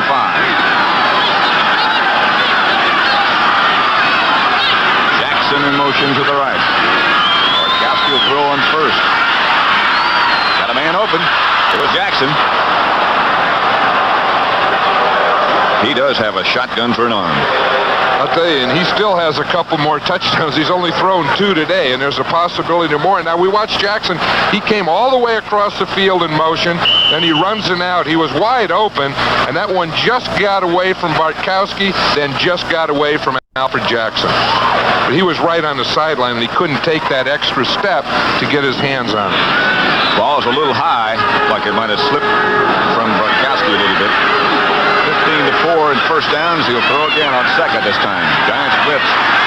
Bartkowski gets it to Kane, who is taken down by Brian Kelly this time. This one didn't get away from Brian. Not a first down. I'm sure Brian Kelly said that to himself at halftime. He said, I miss Kane that first half, and I'm not going to. The next chance I get, I'll guarantee I'll get him down, and he did. Kane comes over to the sideline. Wallace Francis, Alfred Jackson, and Alfred Jenkins all in the game for the Falcons. Means 3 wide receivers. 2 of them come left. Andrews remains behind Bartkowski. Third down, 5 at the 42. He'll throw again. Got Junior Miller rumbling in the secondary.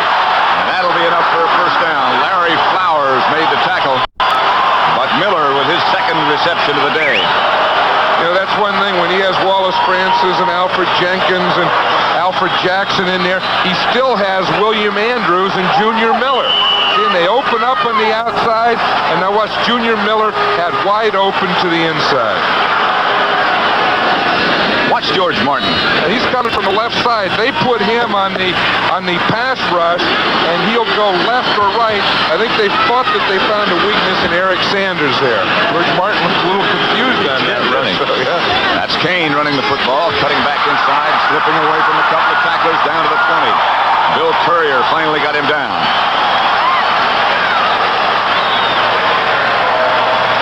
I'll tell you one thing, the Giants know that they have to throw the ball to win, and the other thing they have to do is you have to stop this run somehow, and that's easy to say but hard to do. Watch, he has his left guard, Dave Scott, out there in front.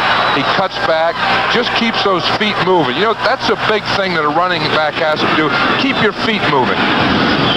Great balance. 9 carries, 45 yards, and they've been tough, hard yards. Andrews alone set back this time. Jenkins split wide to the left. That's Andrews. He gets a few down inside the 20 to about the 18. Gary Jeter tackled him.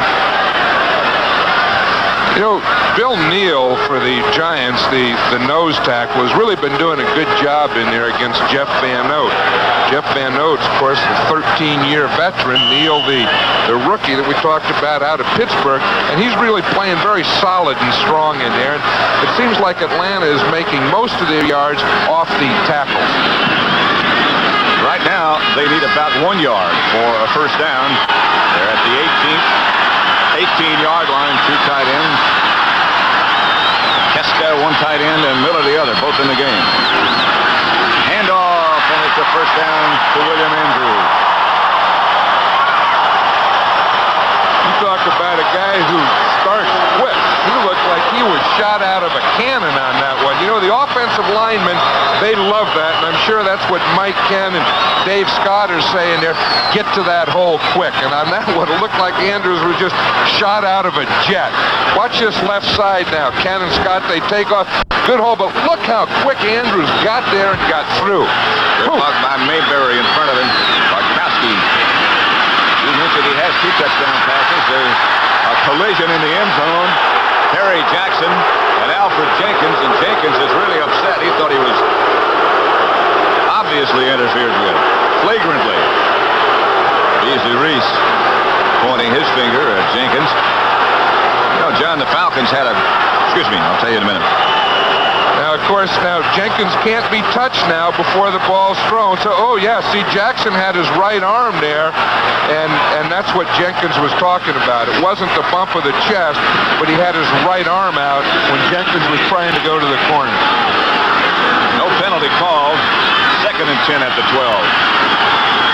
Cassidy has his 3 wide receivers set up again. And still has Junior Miller. Overthrown. Intended for Alfred Jackson over on the right side. He just threw it up in the air. Mark Haynes back there on the coverage. It'll be 3rd down. Talking about how quickly Andrews starts. They had a fullback here a few years ago who I thought had the quickest start I ever saw, but Andrews is up there. Remember Art Malone? Art Malone, yeah, he sure did. He would run those. He would run a lot of traps, you know, and he would hit those traps so quick. Andrews just runs a lot behind straight ahead blocking. 3rd down. Miller this time in motion. Bartkowski drops, steps up, throws. Miller, the intended receiver. It goes over his head and out of the end zone. Brad Van Pelt and Beasley Reese back there with him. Watch the middle here. Now watch Neal in there. Bill Neal, number 77. He starts out on Jeff Van Note on a rush. Van Note's doing a good job keeping him out of there, just turning him to the outside. The nose tackle really should rush straight ahead to get into quarterback's face. They're almost never going to get there if he takes it outside. No. Luckhurst, 8 out of 12, scored 48 points. This one, letter perfect. Nick Luckhurst. And the Falcons take a 10-point lead, 17-7. Luckhurst didn't look like he was hurting on that one. We have 4:23 left in the 3rd quarter. Falcons up by 10.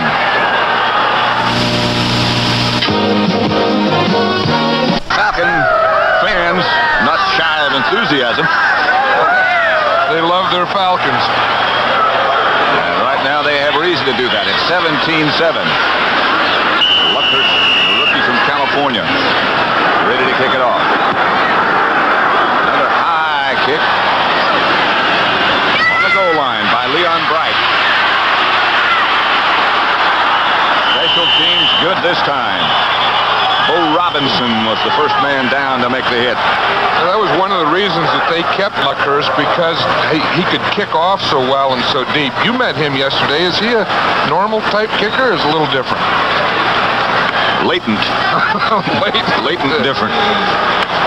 Speaking of kickers, you know, they really... Now, watch this guy. Here's a guy who's out in the snow. You know, people should be indoors. Now, watch this kicker here. You got the old high top, the square deal, the leather helmet. But he makes it good. Who would kick in weather like that? I didn't want to go out there, I can tell you that. Here's Phil Simms back to throw. Got Perkins open. And he's got it. Johnny Perkins off on a streak. Perkins tripped up down to about the 3.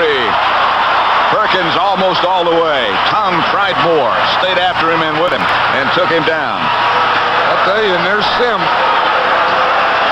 He's happy about that one, but that was what they had to do. They had to get the ball up the field. They know that they had to pass if they're going to be in this game against the Falcons, and the way the Falcons are playing tight, they got to get it deep. Now watch Perkins here. He has a step out there. He has a step on Bobby Butler, and that's all it took, and he darn near got away. Foot race. Pridemore gets him from behind. 80-yard pass completion from Simms Sims thought he had scored. He headed over to the bench. And when he got there, somebody said, hey, we got some more work to do. And he came hurrying back. First and goal, Giants. Leon Perry and Rob Carpenter, the runners. Fake. Oh, wide open. Wide open. Dave Young, the tight end from Purdue, the rookie. His first NFL touchdown. And the Giants are right back in this game. That was a great call. Watch this. He'll fake the run. See, now Atlanta has to hold in there. Fakes the run to the right side. Young fakes a block on the left and works out into the flat, and he's all alone. Everyone went for the fake. Dave Young is 6'6", 242 pounds. Rookie from Purdue. Here is Joe Danello to try to make it 17-14, and he does. All of a sudden, the Giants right back in the game.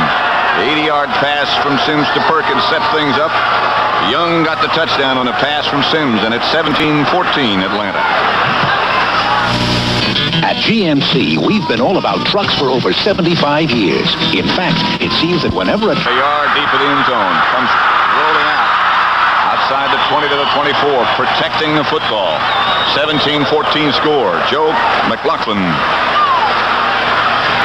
Right now for an update from another spot in the NFL. Let's go to Brent Musburger in New York. 3-point difference here, too. 17-14. Atlanta over the Giants. He has his same two runners.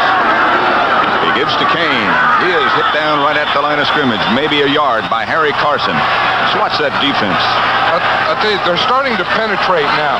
Now, watch the line of scrimmage. We'll see him here. You see Niels gets in there. Jeter's along the line. Van Pelt comes in. And they're starting to get into the backfield before those runners can get turned up and into the line. That's the way to stop it. Three-man front by the Giants and those four outstanding linebackers behind them.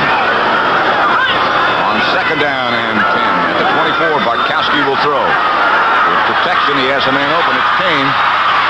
Carson right out there with him. He's the leading tackler on the team. Having an outstanding year. We talk so much about Taylor, but Carson perhaps having his best year. Well, he's the leading tackler. And, you know, it's interesting in a three-man line, the right inside linebacker, which is a position that Harry Carson played, usually leads the team. He's like the middle linebacker in a four-man line. Watch Carson here. He's going back in his zone, sees the ball to Kane, and reacts and makes a tackle. That wasn't man-to-man. He was playing a zone defense. It'll be 3rd and 4 at the 30. Bartkowski will have to throw again. Had a man open. The rebound is picked off by Bill Courier, and the Giants have it in Atlanta territory. Bounced off the hands of Wallace Francis into the hands of Courier. And here come the Giants right back. And that's a big turnover here as we watch it again. We see that Wallace Francis is open. He'd have enough. He'd have the first down, but the ball goes right through his hands. Courier's right behind him. Darn near hits him in the head. The engineers of Mercedes. Pat Summerall with John Madden. Atlanta leads 17-14 over the Giants. But the Giants, after that interception by Courier, have it 1st and 10 at the Atlanta 39. 13-10 now. St. Louis over Minnesota in the 3rd. Leon Bright, Rob Carpenter behind Phil Sims. Sims will throw on 1st down again.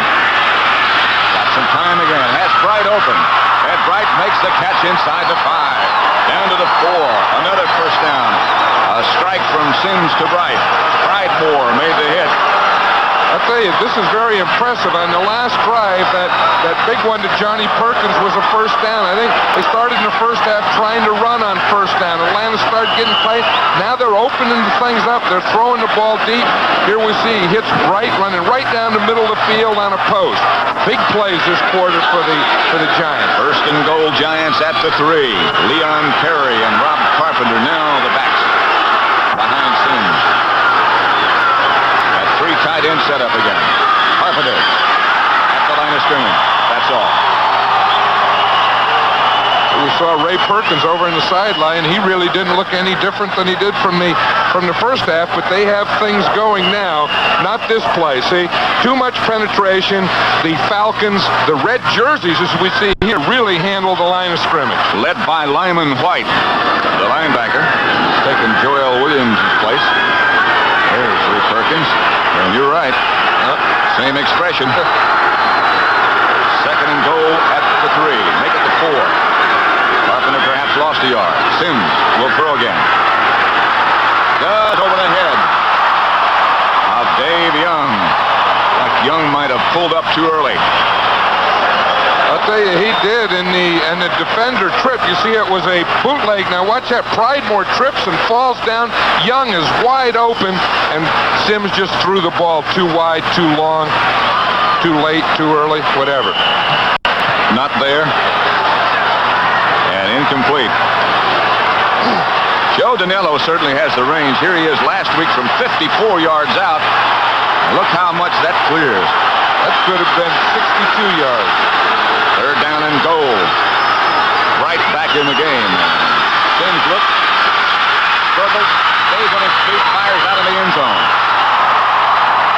He was in the grass, I believe, so they'll probably bring it back to about the 10-yard line where he was being held by Wilson Famuina. And here comes Joe Danello. As you say, at that range, Pat, and this is well within his range, it's a little chip shot for him, so really Phil Sims didn't have to do that. He was in the grass, and they gave him the ball there, but he didn't have to do that because he didn't have to take the chance of throwing it away. He should have really just taken a sack because this is as easy for Joe Danello as the original line of scrimmage. This will be just 27 yards out. Remember, he kicked 6 last week. He has 8 in a row. High snap. He hits, and he now has 9 in a row, and we have a tie ball game at 17 all. I'll tell you, Danello just patted Scott Bruner on the head because that was a great hold. It was a high snap. Snap almost went over Bruner's head, and he got it down with a good hold. In Atlanta, the rain starts to fall again. Score is 17-17. Pat Summerall with John Madden. Scott Werner back deep for the Falcons. Danello will kick it off. Kicks it high and kicks it deep. At the goal line. Warner hit down early by Lawrence Taylor. Well, the umbrellas are out now. This rain is really coming down now. Ooh, look at this crowd. Bigger drops than earlier. Harder drops, faster drops. It had stopped for a while.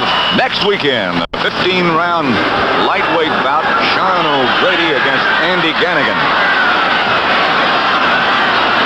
Next week at 4:30, 3:30 Central and Pacific on CBS Sports Saturday.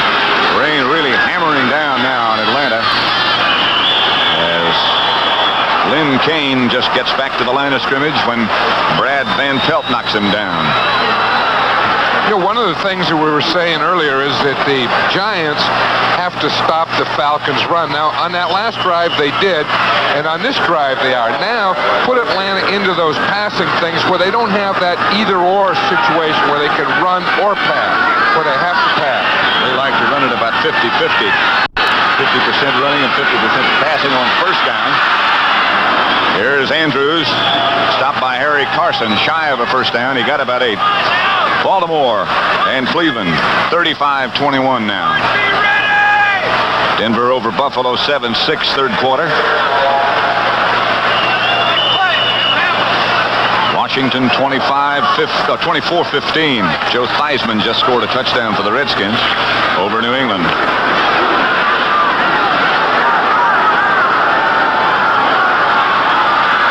Jackson, Wallace Francis to the right side. Markowski will throw in the rain. Got a man momentarily, and now they say it's incomplete. Lawrence Taylor, the tackler, on Andrews. Well, you talk about momentum and how it can change. the Giants get those 2 scores, and really their defense is really playing aggressive and stopping things now, and it looks like he lost control just as he started to bring the ball down and into him. And John James, who's had 1 punt blocked already today, stands back at about his 6-yard line. Leon Bright back deep. James doesn't get this one either. That one bouncing close to midfield where the Falcons will down it.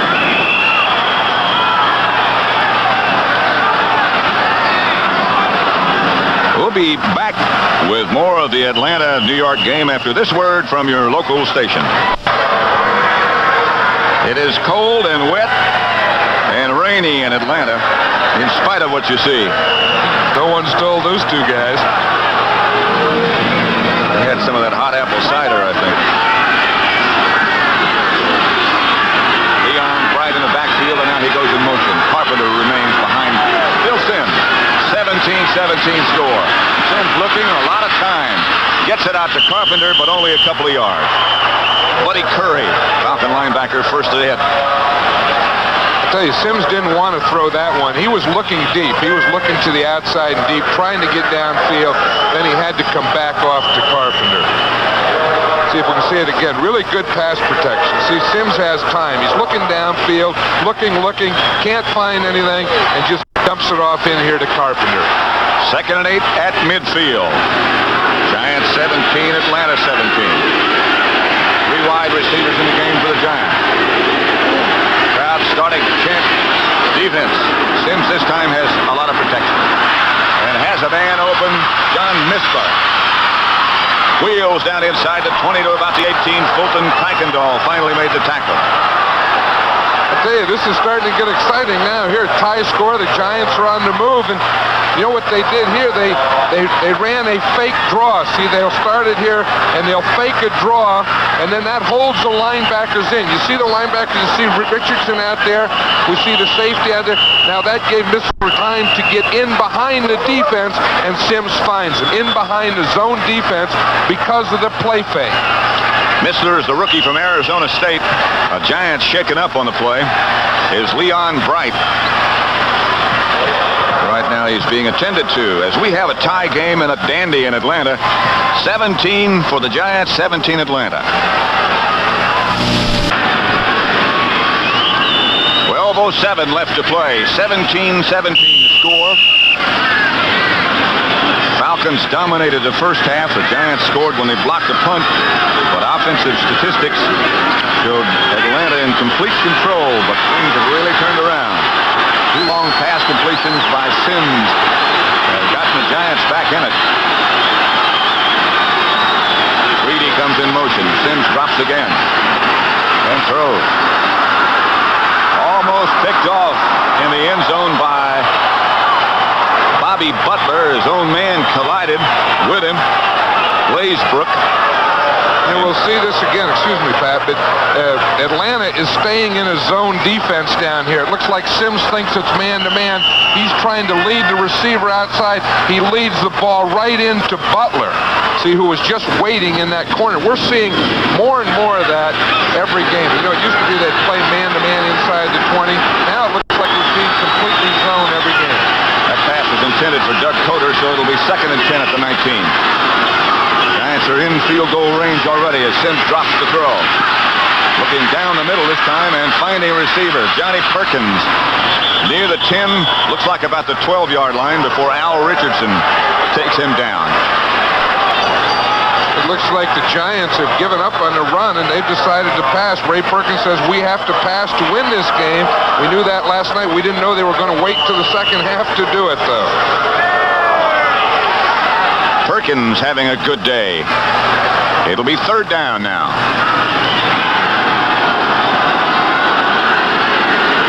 17-17 score, 3 wide receivers.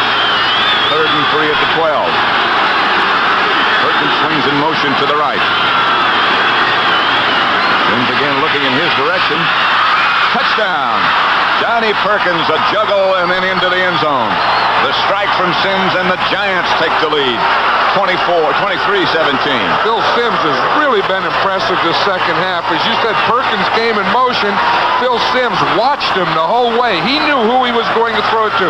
This play was made for Johnny Perkins. We see Simms watch him. He come in motion. He makes an out move, and he leads him. It's a perfect pass. It's a little bobble before he gets there, but he had what it took. Earl Jones was chasing him. Here's Brunner holding for Dinello. And Joe Dinello rips it through, and the Giants take the lead for the first time. Look at Simms there, the reaction there. See, he doesn't know. Carpenter says touchdown. Simms still doesn't believe it. Now he says it's a touchdown. Now he can qualify as an official.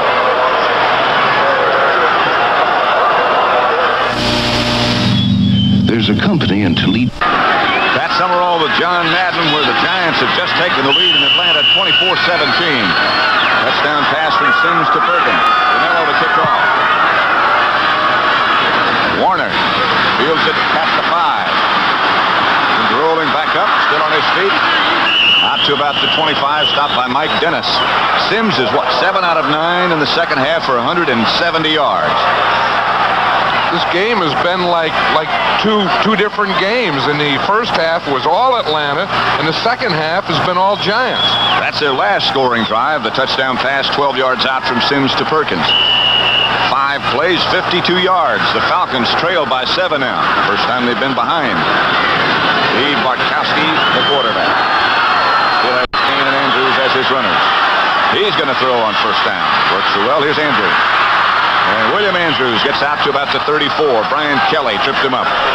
Andrews very good at sneaking out of the backfield for pass completions like that. Look at this in the second half. The Giants have 178 yards to Atlanta's 89. Second and 1 at the 34 as Bartkowski gets him out in a hurry. 2 wide receivers go to the left. They have 3 in the game at the moment. Kane is flanked out wide to the right. Here's Andrews. He burrows for maybe the first down before Curtis McGriff leads the Giant defense. Help from Gary Jeter. You know what Lehman Bennett's thinking? He's thinking we're behind by 7. We have plenty of time. We still have over 9 minutes, and we don't have to go for it all right now. We want to get a few first downs, get out towards midfield, then go for the strike. They're going to measure to see if that's the first down. Detroit ahead of Green Bay. Eric Hipple, their quarterback. And we saw a brief flash of St. Louis ahead of Minnesota. They have about that much to go for a first down. Those officials always tell you when it's third down. You notice that? They give you the measurement how much you have to go. All that does is excite the fans. They don't say that on first or second down, but it's always those short, and especially on fourth down. That's the one that gets you. They give you that, and then you put in your punt team, and all the fans boo. They just call the attention to it. I know they do. Put you on the spot. Third down. Less than a yard. The rain comes down again. The umbrellas come out. Giants leading 24-17. The give is to Andrews again. And he got the first down this time for sure. Brad Van Pelt on the bottom of the pile. First down Atlanta. You know, there's 2 ways to pick up a short yardage situation. One, when the running back comes in and jumps up over the pile. The other one is when they come in and go low and scoot under the pile, which is what William Andrews did on that one. And he's very good at doing that. The Giants 24, Falcons 17. Bartkowski on first will throw again if he has time. He does. Kane comes back to the middle of the field. Lynn Kane still on his feet. Taken down by Harry Carson from behind. Kane just starting to roll when Carson got him from behind. I'll tell you, that was a big play by Harry Carson. Because if Carson doesn't make this play, there's no one else out there. Now watch Bartkowski. He moves just a little. He finds Kane. Kane breaks a couple tackles here. Carson was one that missed there. Now watch right here. If Carson doesn't catch him, that could have been an interesting run to the end zone because he had some blockers in front of him, William Andrews. He had a lot of room and some blockers, as John Madden said. First down Atlanta in Giant territory at 47. to Andrews on first. Not much this time. Lawrence Taylor tripped him up. He was the first man there. Well, we were saying earlier that the first thing that Atlanta wanted to do is get some first downs, get in field position. Now they're in that field position. They're inside the 50, and I could see them going for one right here, going for a big one to Jenkins or Jackson or any of the wide receivers. All three of them are in. As Jenkins and Jackson come out to the right. Washington over New England, 24-22 in the fourth. Bartkowski drops. Next pass rush. Outside Kane, he can't find the handle. Mark Haynes came striding up in the neighborhood. Kane couldn't hang on. Third down, big one coming. And the rain, you can see now, starting to pelt down again. Bartkowski was thinking deep. He was thinking of Alfred Jenkins. Jenkins was running the post, but it was good coverage by the Giant defense. That Atlanta bench right now trying to stay warm and stay dry, which is an impossibility. Is that hail, John? I think it's hail. Yeah, there's some rocks in that rain. Philadelphia 10, Tampa Bay 7. That's third quarter. Bartkowski on third down will throw again. And does. Pass deflected and picked off by the Giants again and finally dropped by Beasley Reese. Pass was there. Because of the rain, we've lost both of our monitors here in front of us. So bear with us. You know what happened on that pass, though? Jenkins went down, and because of the rain, he had to catch the ball. He had to use his body, and that's why you always want him to catch with the hands in front of the body. That one, he had to use his body. It got too close to him and bounced off his shoulder pads.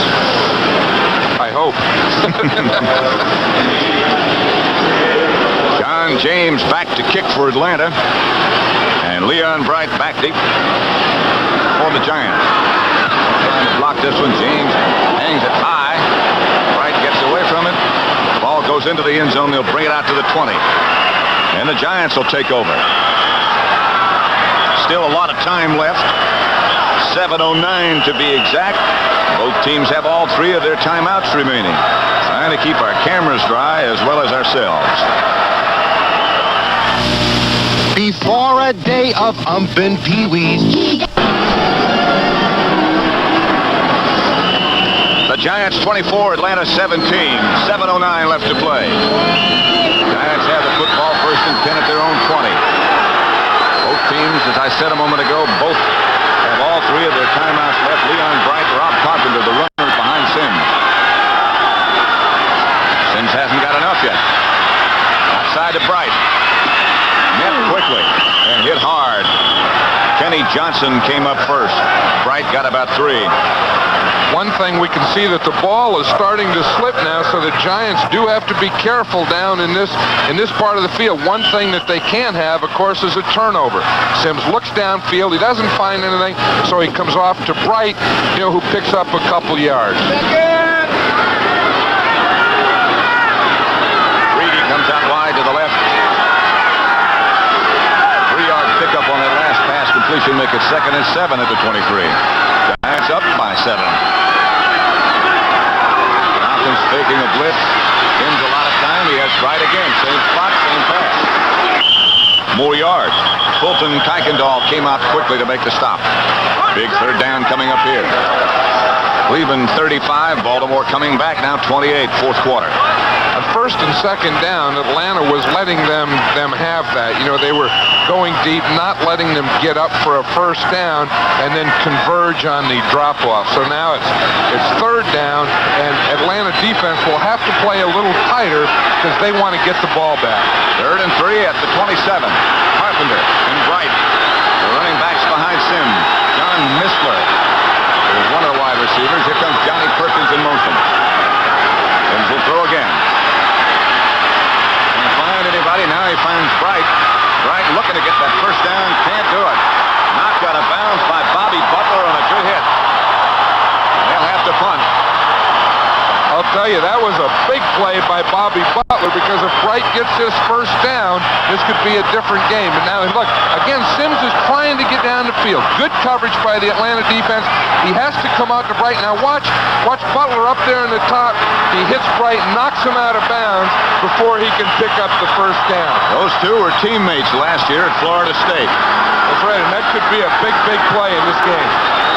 Dave Jennings gets off a good kick. Warner gets down the sideline. Scott Warner to about the 38 and out of bounds by Frank Marion. A little scuffle starts to break out. That won't amount to much. The other thing that's amazing is with all the rain, there doesn't seem to be much mud on the field, because the Giants' the white jerseys aren't, they don't show the mud and the dirt. That's the situation. The Giants 24, Atlanta 17. Atlanta has the football. At about their own 32-yard line, Bill Capice has just kicked a field goal for the Tampa Bay Buccaneers. And they have tied the Eagles at 10. Kane and Andrews still running. Bartkowski will throw on first. He has Andrews, and he drops it. Ryan Kelly was the nearest Giant. Bartkowski looking over to the sideline for the offensive call. In this fourth quarter, it looks like the slippery ball, has really been bothering Atlanta. They've had a lot of drop balls by everyone, their backs and their receivers, and it hasn't seemed to bother the Giants quite as much. Bartkowski does throw the ball, pretty hard.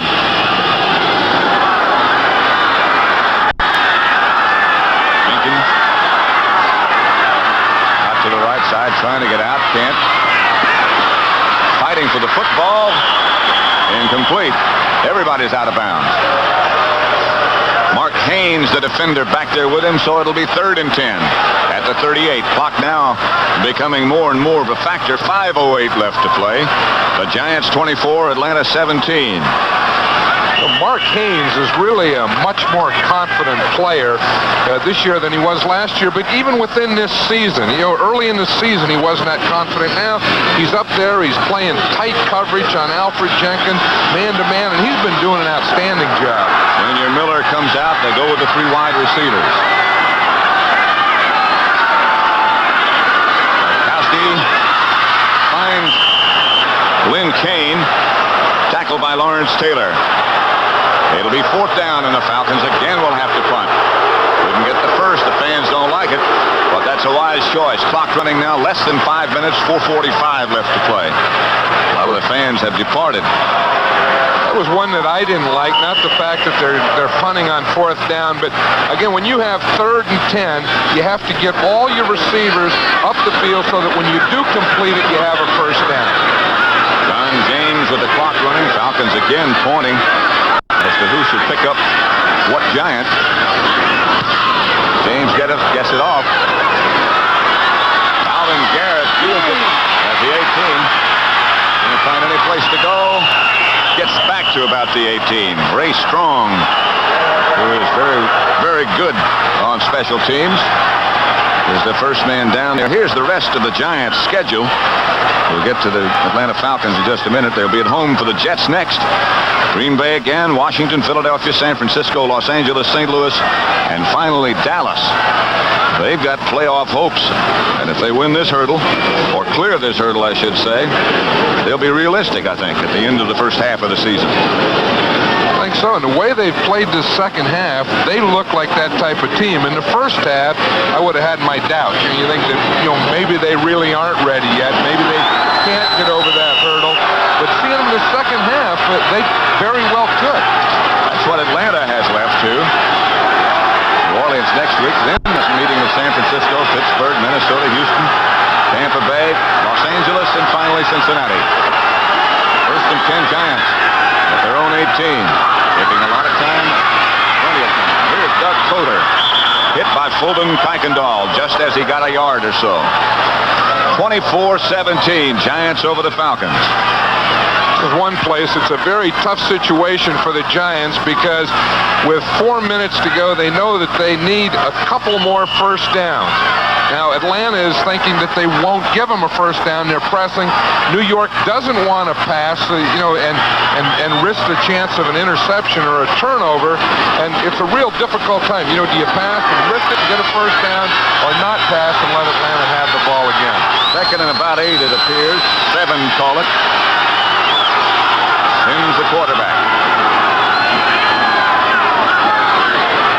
Falcons faking blitz. Fumble. Giants got it back. Oh, that was close. That's the one thing we said they can't afford here is a turnover, because, of course, that could change the whole game. They do have to protect the ball here. Now, watch again. We see Sims's hands under there. The ball did get up. The ball was up to him, and it just fell out of his hands as he started back. Billy Ard made the recovery. They lost a couple, so we'll make it 3rd and 9 at the 20, at the 19. Comes out to the left. Coder and Carpenter the runners. Crowd rooting that defense on. Coder goes in motion. Sims is going to throw. He had a man open. Shirk, he can't find the handle. He threw behind him. Lane Geisen put the hit on Gary Shirk. Sims is back there talking to Shirk. I don't know if, he knows it's 4th down, but that's one, again, that I wanted to throw. If you're not going to throw the ball up 10 yards and get the first down, why put it in the air and risk it in the first place? Had Shirk caught that ball, that is still not a first down. They still have to punt. This will be the 9th punt of the day for Dave Jennings. Good snap. Good kick. Fine kick. Warner chased all the way back to his 27-yard line. Falcons trying to set up a return. They do set up a bit of one. Warner gets out to the 34. Tackled by Joe McLaughlin. Right now for an update. Let's send you back to our studios in New York. An update with Brent Musburger. They are about to turn out the lights on the longest winning streak in the league. Jim Hart throws to Mel Gray. Touchdown Cardinals, the 200th of Hart's fabulous career. They lead him 27-10. Let's go back to you now in Atlanta. It's 24-17 here as the Giants have asserted themselves in the second half and lead Atlanta. Markowski, a lot of time. Down the middle, William Andrews picked up about 6. Falcons are going to have to hurry now. They want to get one more play in before the 2-minute warning. It's 2:06 now. It looks like he'll get it off. He will. A blitz by Brad Van Pelt, and nobody picked him up. What a big play that was. Nobody came close to blocking Brad Van Pelt. Van Pelt has been blitzing a lot today, but this time he comes from the inside. He starts outside. Now watch, you'll see him right in there, right inside. Thielman couldn't do anything. Bartkowski couldn't do anything. We got the 2-minute warning. Giants 24, Atlanta 17.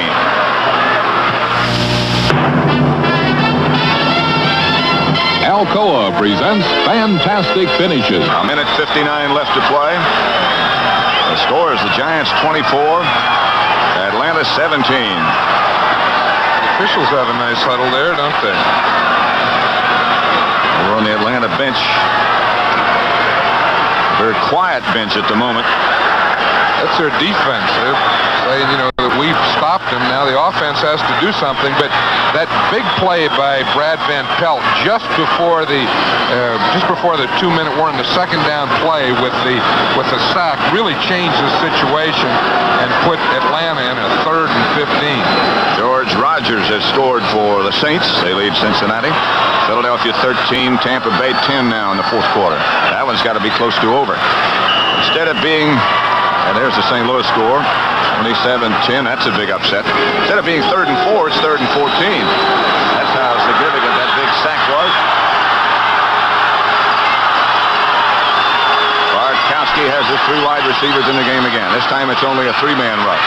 Bartkowski throwing deep. Complete. I believe it's Wallace Francis. Down the middle, a clutch catch by Francis. And now they call a timeout. I don't know that Bartkowski really wants a timeout. It looks like he's taking it. I think he called it, and then he tried to get rid of it, say, I don't want it, because he really doesn't need a timeout here. 1 minute, 44 seconds. He has plenty of time, and maybe he would rather wait. It looks like he calls it, and then he tries to get it back, and the officials don't give him. Now, this is a big pass. This was 3rd and 15. They let Wallace Francis get free. They didn't get a bump on him, so he was able to get back into the secondary before Bill Courier could make the tackle. That was a big play. Francis might have been shaken up just a little bit. I think they might have had to take a timeout anyway, John. Francis got hit pretty hard in the back. Now Bartkowski comes over the sideline. Atlanta now with 2 timeouts remaining. The Giants with all of theirs. They're talking to Lehman Bennett and Jimmy Ray. They're talking about probably not only this play, but they're probably talking about 2 or 3 plays that they will do. I can't figure out yet why the clock is running. Unless, I don't know. It doesn't look like the officials know it. Maybe that's what that huddle was a minute ago. Well, that huddle was to tell who could call timeout, the captains in the last 2 minutes, I would think. See, you have captains for the game, and then when you get into the last 2 minutes, the captains can change. First timeout. That was Atlanta's first timeout. Now they're going to reset the clock. Here comes Jerry Seaman over to talk to Lehman Bennett about how much time they do have left. There's 92 minutes on it now. They don't have that much time. No, that's too much time. Now they've got it back to 2 minutes. I know there's about 1:45 or something like that when they call that timeout. Let's see, we'll check it. 1:52. That was close. 1:52 is where they're going to stop it. Falcons got their clutch first down. It's 1st and 10 at the 42.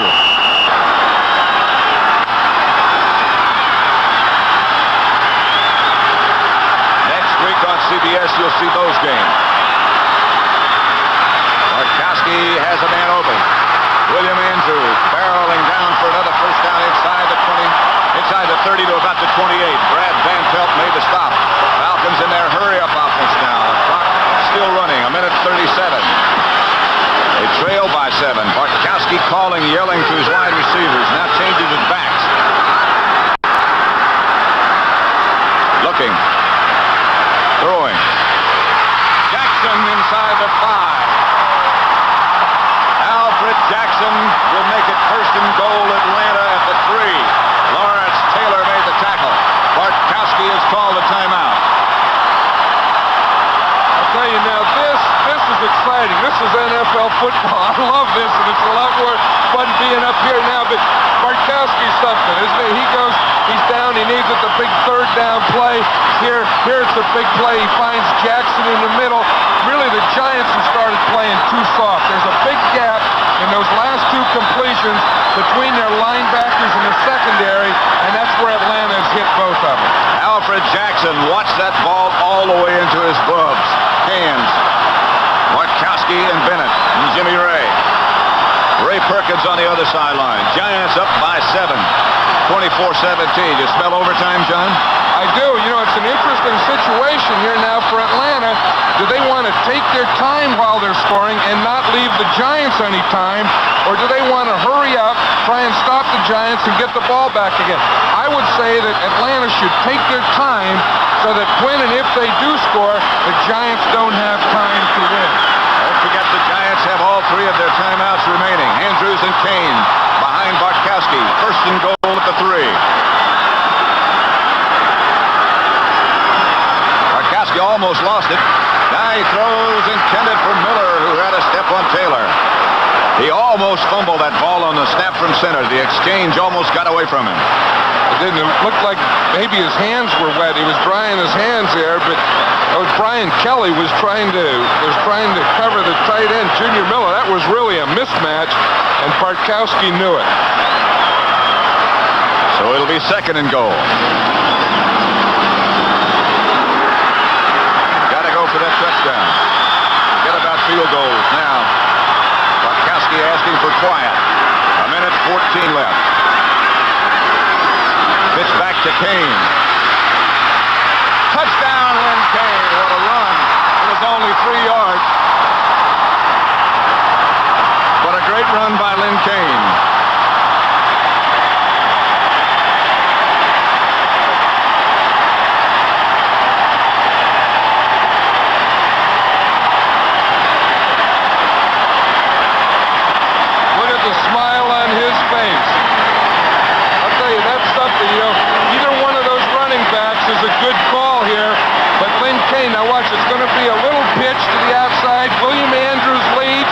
a block in the outside on Courier.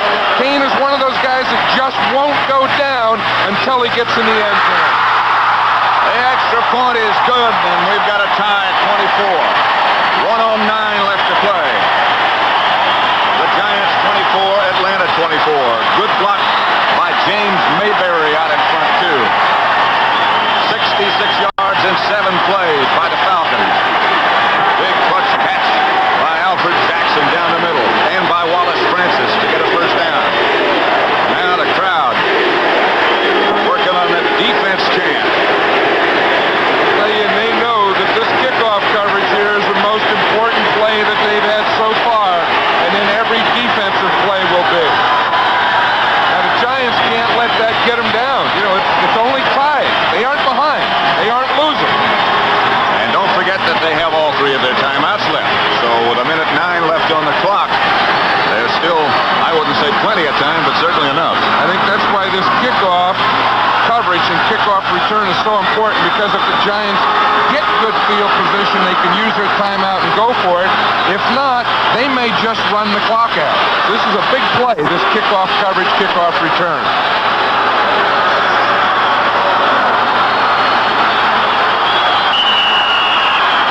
Here is Luckhurst. The high kick will be handled by Leon Bright. He starts at the 8. Fumble! He got it back, I believe. The Giants got it. Wow. Oh, boy, Leon Bright made a big play, but he makes a bad play getting it, losing it here. You see, it just dropped out of his hands. He was hit before that, then he dropped it. But watch that dive and extension there. Whew, did he have to have that one? Oh, man.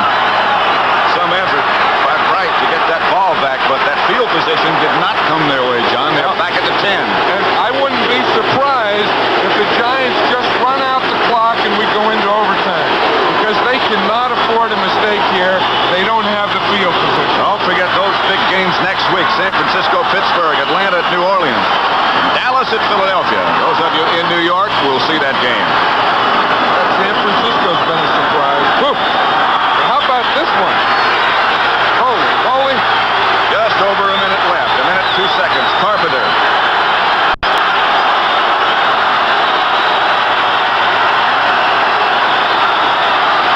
That's exactly what they're going to do. Duck Coder. Over the right side for 3 or 4, thinking and looking ahead at overtime. The Giants have played 3. They've lost all 3. The Falcons have played 1, and they've lost it. So maybe the game will end up in a tie. Maybe. It'll be 2nd and 8, 13 for the Giants, taking a lot of time in the huddle. And they're going to do exactly what you said. Send this into overtime. And take no chances here. See, one of the reasons it's possible is that Atlanta only had 1 timeout and they couldn't do anything about it. And off again to Coder. It was knocked backward. That may be the last one of the regulation game. If I were Atlanta, I'd take a timeout now and make them run another play. They are. Make them run, because they may fumble. I would have taken that a little earlier, but make the Giants run another play and see if you can get a bad snap or a fumble or something.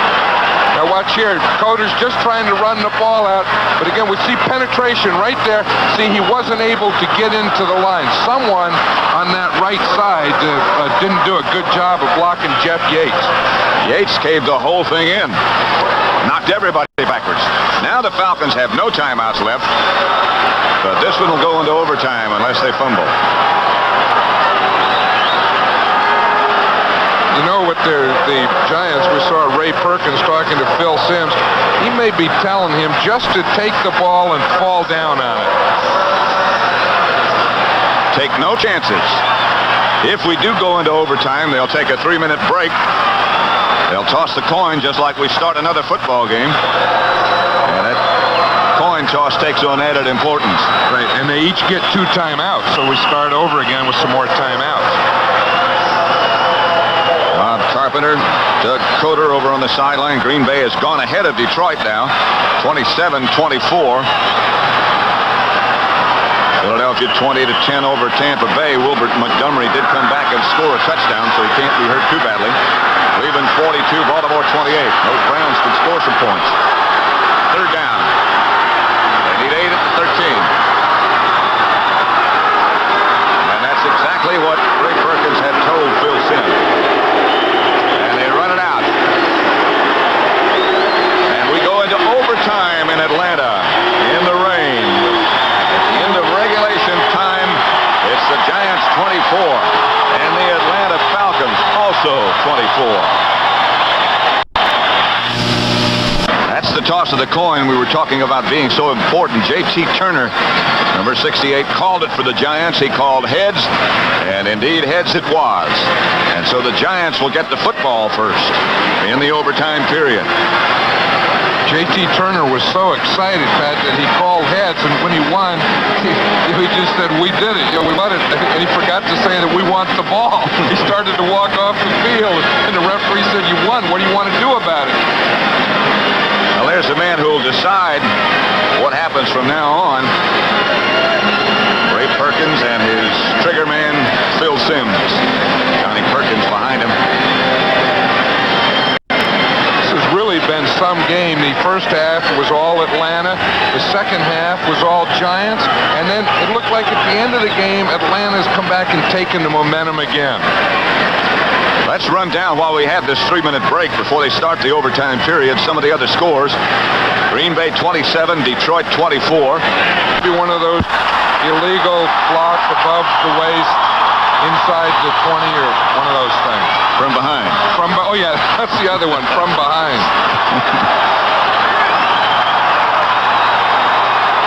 They'll bring it back to the 12. Block above the waist, in the back, number 56 on the receiving team during the run back. In the back, I think, is the same thing as from behind, isn't It's it? from behind, yeah.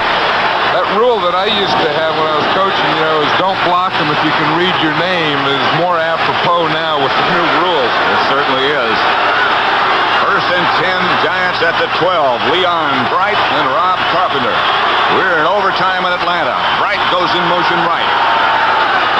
Simms now is going to throw. And does to the outside. He has Bright juggled. He is hit backwards. He couldn't quite find the handle. Bob Glazebrook, the first man there. He had more yardage at one time, but the juggle took him backwards. I'll tell you, that was a big penalty because that put the Giants back in a position where they really have to be conservative. Simms is looking all the way for the short one. He has it Bright bobbled it. Now he had to come backward. Glazebrook is right there. And, of course, the gain is about 2 or 3 yards. They call it 3, 2nd and 7 out at the 15 now. And it's out quickly out of the huddle. Remember, they have 2 timeouts in this overtime period. Ernest Gray split out wide to the left. Perkins to the right. On 2nd down, Simms will throw again. Looking deep. Has the first down to Johnny Perkins. Gets out of bounds, stops that clock, which is now not so important. That was an impressive throw by Phil Simms. Watch this. He comes out on a little roll. He has a defender right there in his face. He has to get the ball out there to Perkins. A perfect throw in a very difficult situation. Watch Perkins a little out. Looked like Butler fell down. Perkins got the first down. A little more room now. 1st and 10 at the 26 for the Giants. In overtime in Atlanta. Straight ahead. Carpenter. Nothing doing. Maybe a yard. Glazebrook again in on the tackle. Now, this defense of Atlanta has really been swarming. They use a little flex in the 3-man line. We see Famuina back there. Starts to the inside. White coming in. They're really handling the line of scrimmage or controlling it on that play. Every time you see a run, you always see a lot of red jerseys there. 2-yard gain for Carpenter. Make it 2nd and 8. Overtime in Atlanta. Simms the quarterback. He'll have to throw. Complete down the middle to his tight end, Gary Shirk. About 2 yards shy of a first down. The Falcon comes up with a football, but they'll bring it back. This will set up a 3rd and 2 situation, and I would expect that the Giants will also pass on this because they are getting those short type of things as we see here to Shirk or to their backs. You see Shirk in the zone defense, just came out, he found the opening there, and then just ran a hook in that area.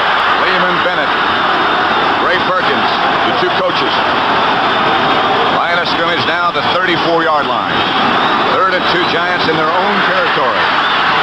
Shotgun. Ooh, high snap.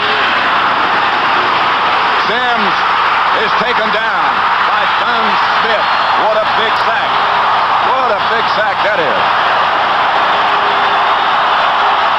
That is a big sack. I was surprised with 3rd and 2 that the Giants would go with a shotgun, because that just told Atlanta that it's a pass. And we see Smith right over the center, come straight up the middle. See him come straight up the middle. Sims tries to get away, but he's in Smith's grasp. And the rain starts to pelt down hard again. Sims and Perkins, there's the man who did the sacking. Don Smith. Scott Warner back deep in the rain for Atlanta. And Dave Jennings, his 10th punt of the day. This is where a punter is very, very valuable. Off the side of his foot. And bouncing close to midfield. They only need a couple of first downs to put them in field goal range. That was one that Jennings didn't want. Of course, watch this. He gets the ball, and it went off the right side of his foot. He knew it immediately. The minute that ball hit his foot, he knew it was a bad punt, one that he didn't want. Very despondent Dave Jennings over on the sideline right now. Bartkowski has the football in Giant territory. 1st and 10 at their 47. A driving rainstorm now. Lynn Kane and William Andrews behind Bartkowski.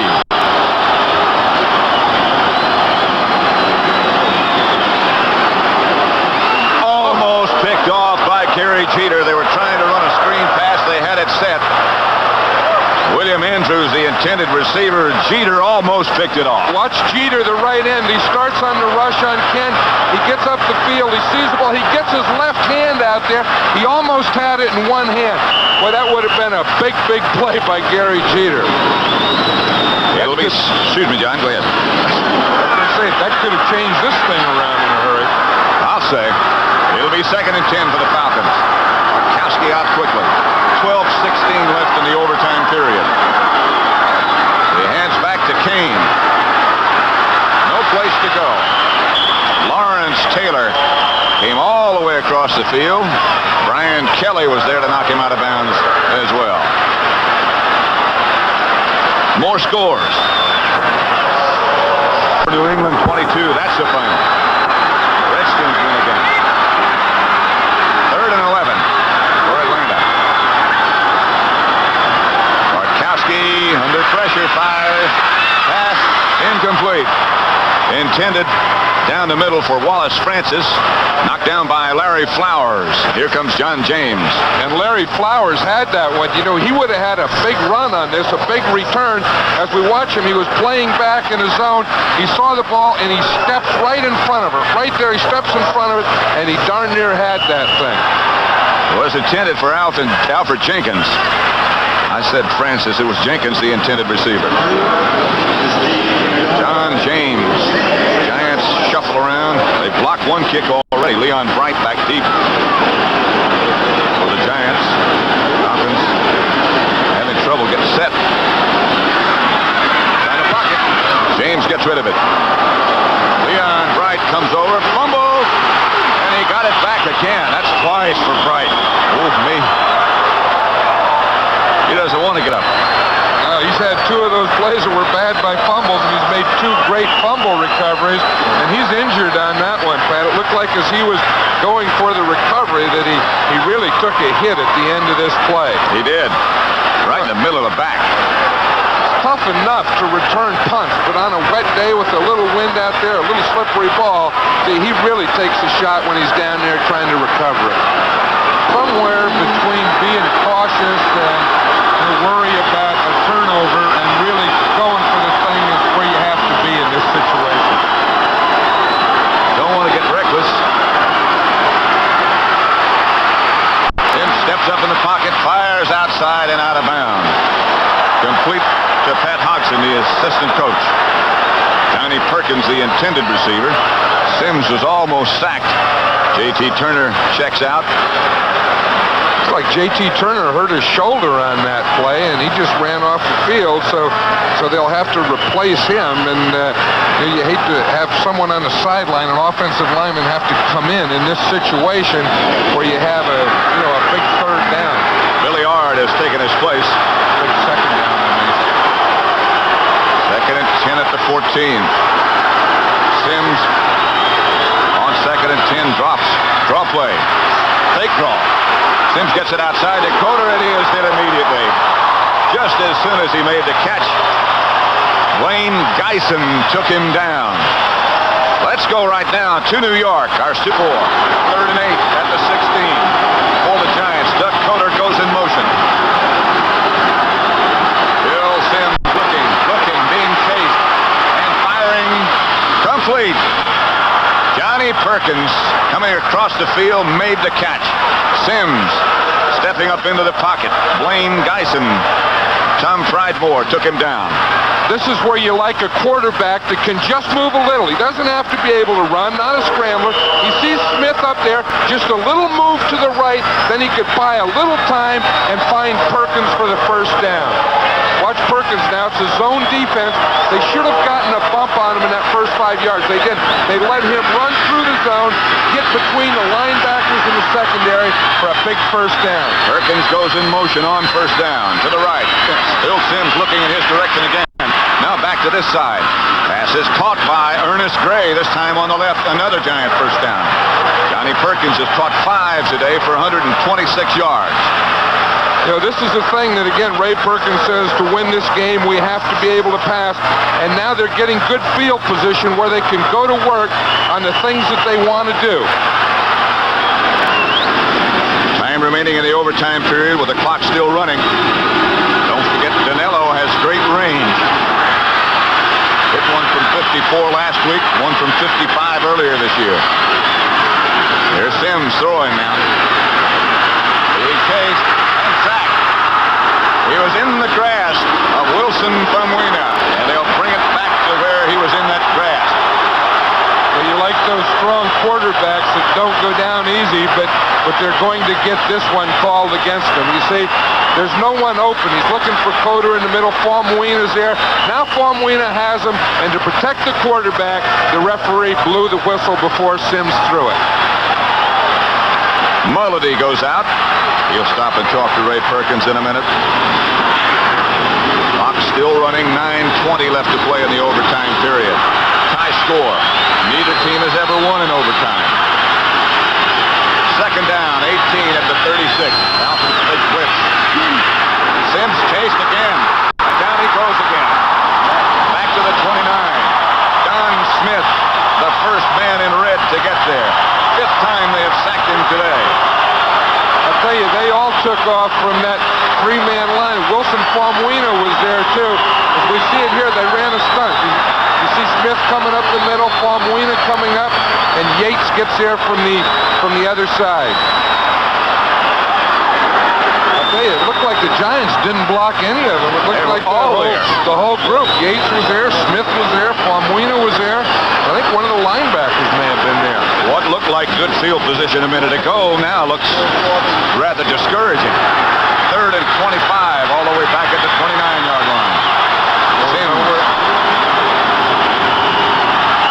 takes one of his timeouts. And 25 from their own 29. And they go back into the shotgun again. I'm not 100% sure about this one. The last one they almost had a bad snap. That one is okay. Perkins. That's Ernest Gray in his hands. He would have had the first down. It slipped right through. Sims just barely got rid of it. Oh, is he upset? Because he really did his job on this. He goes back. This is tough for anyone. 3rd and 26. Sims finds Gray out there, and he really hits him with a perfect throw. Oh, and it went right through his hands. I don't care, rain, sleet, whatever. You have to catch those. You have to catch those. That would have been a first down if he had hung on. Jennings already has 10 punts today. This will be number 11, and he's moving up there for an all-time record.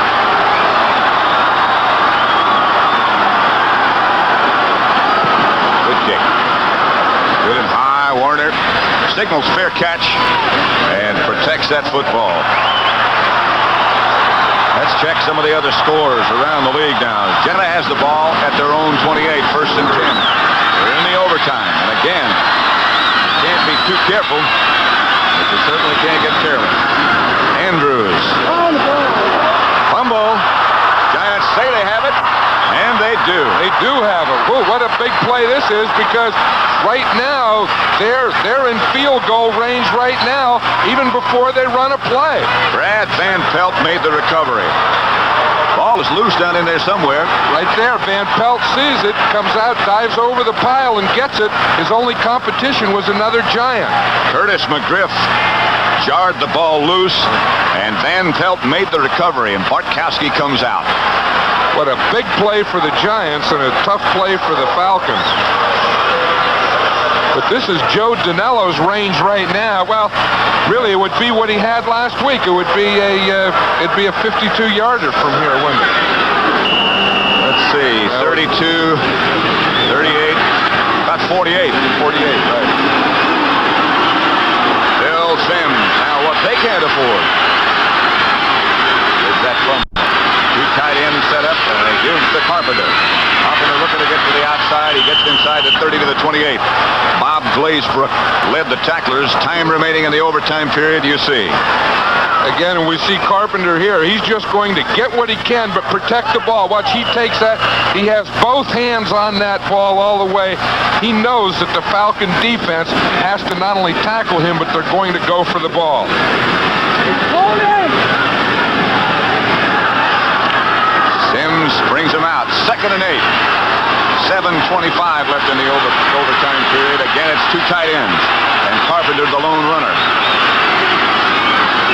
Sims to Carpenter. Carpenter with a surge over the right side. Gets Danello closer. Again, he protects that football.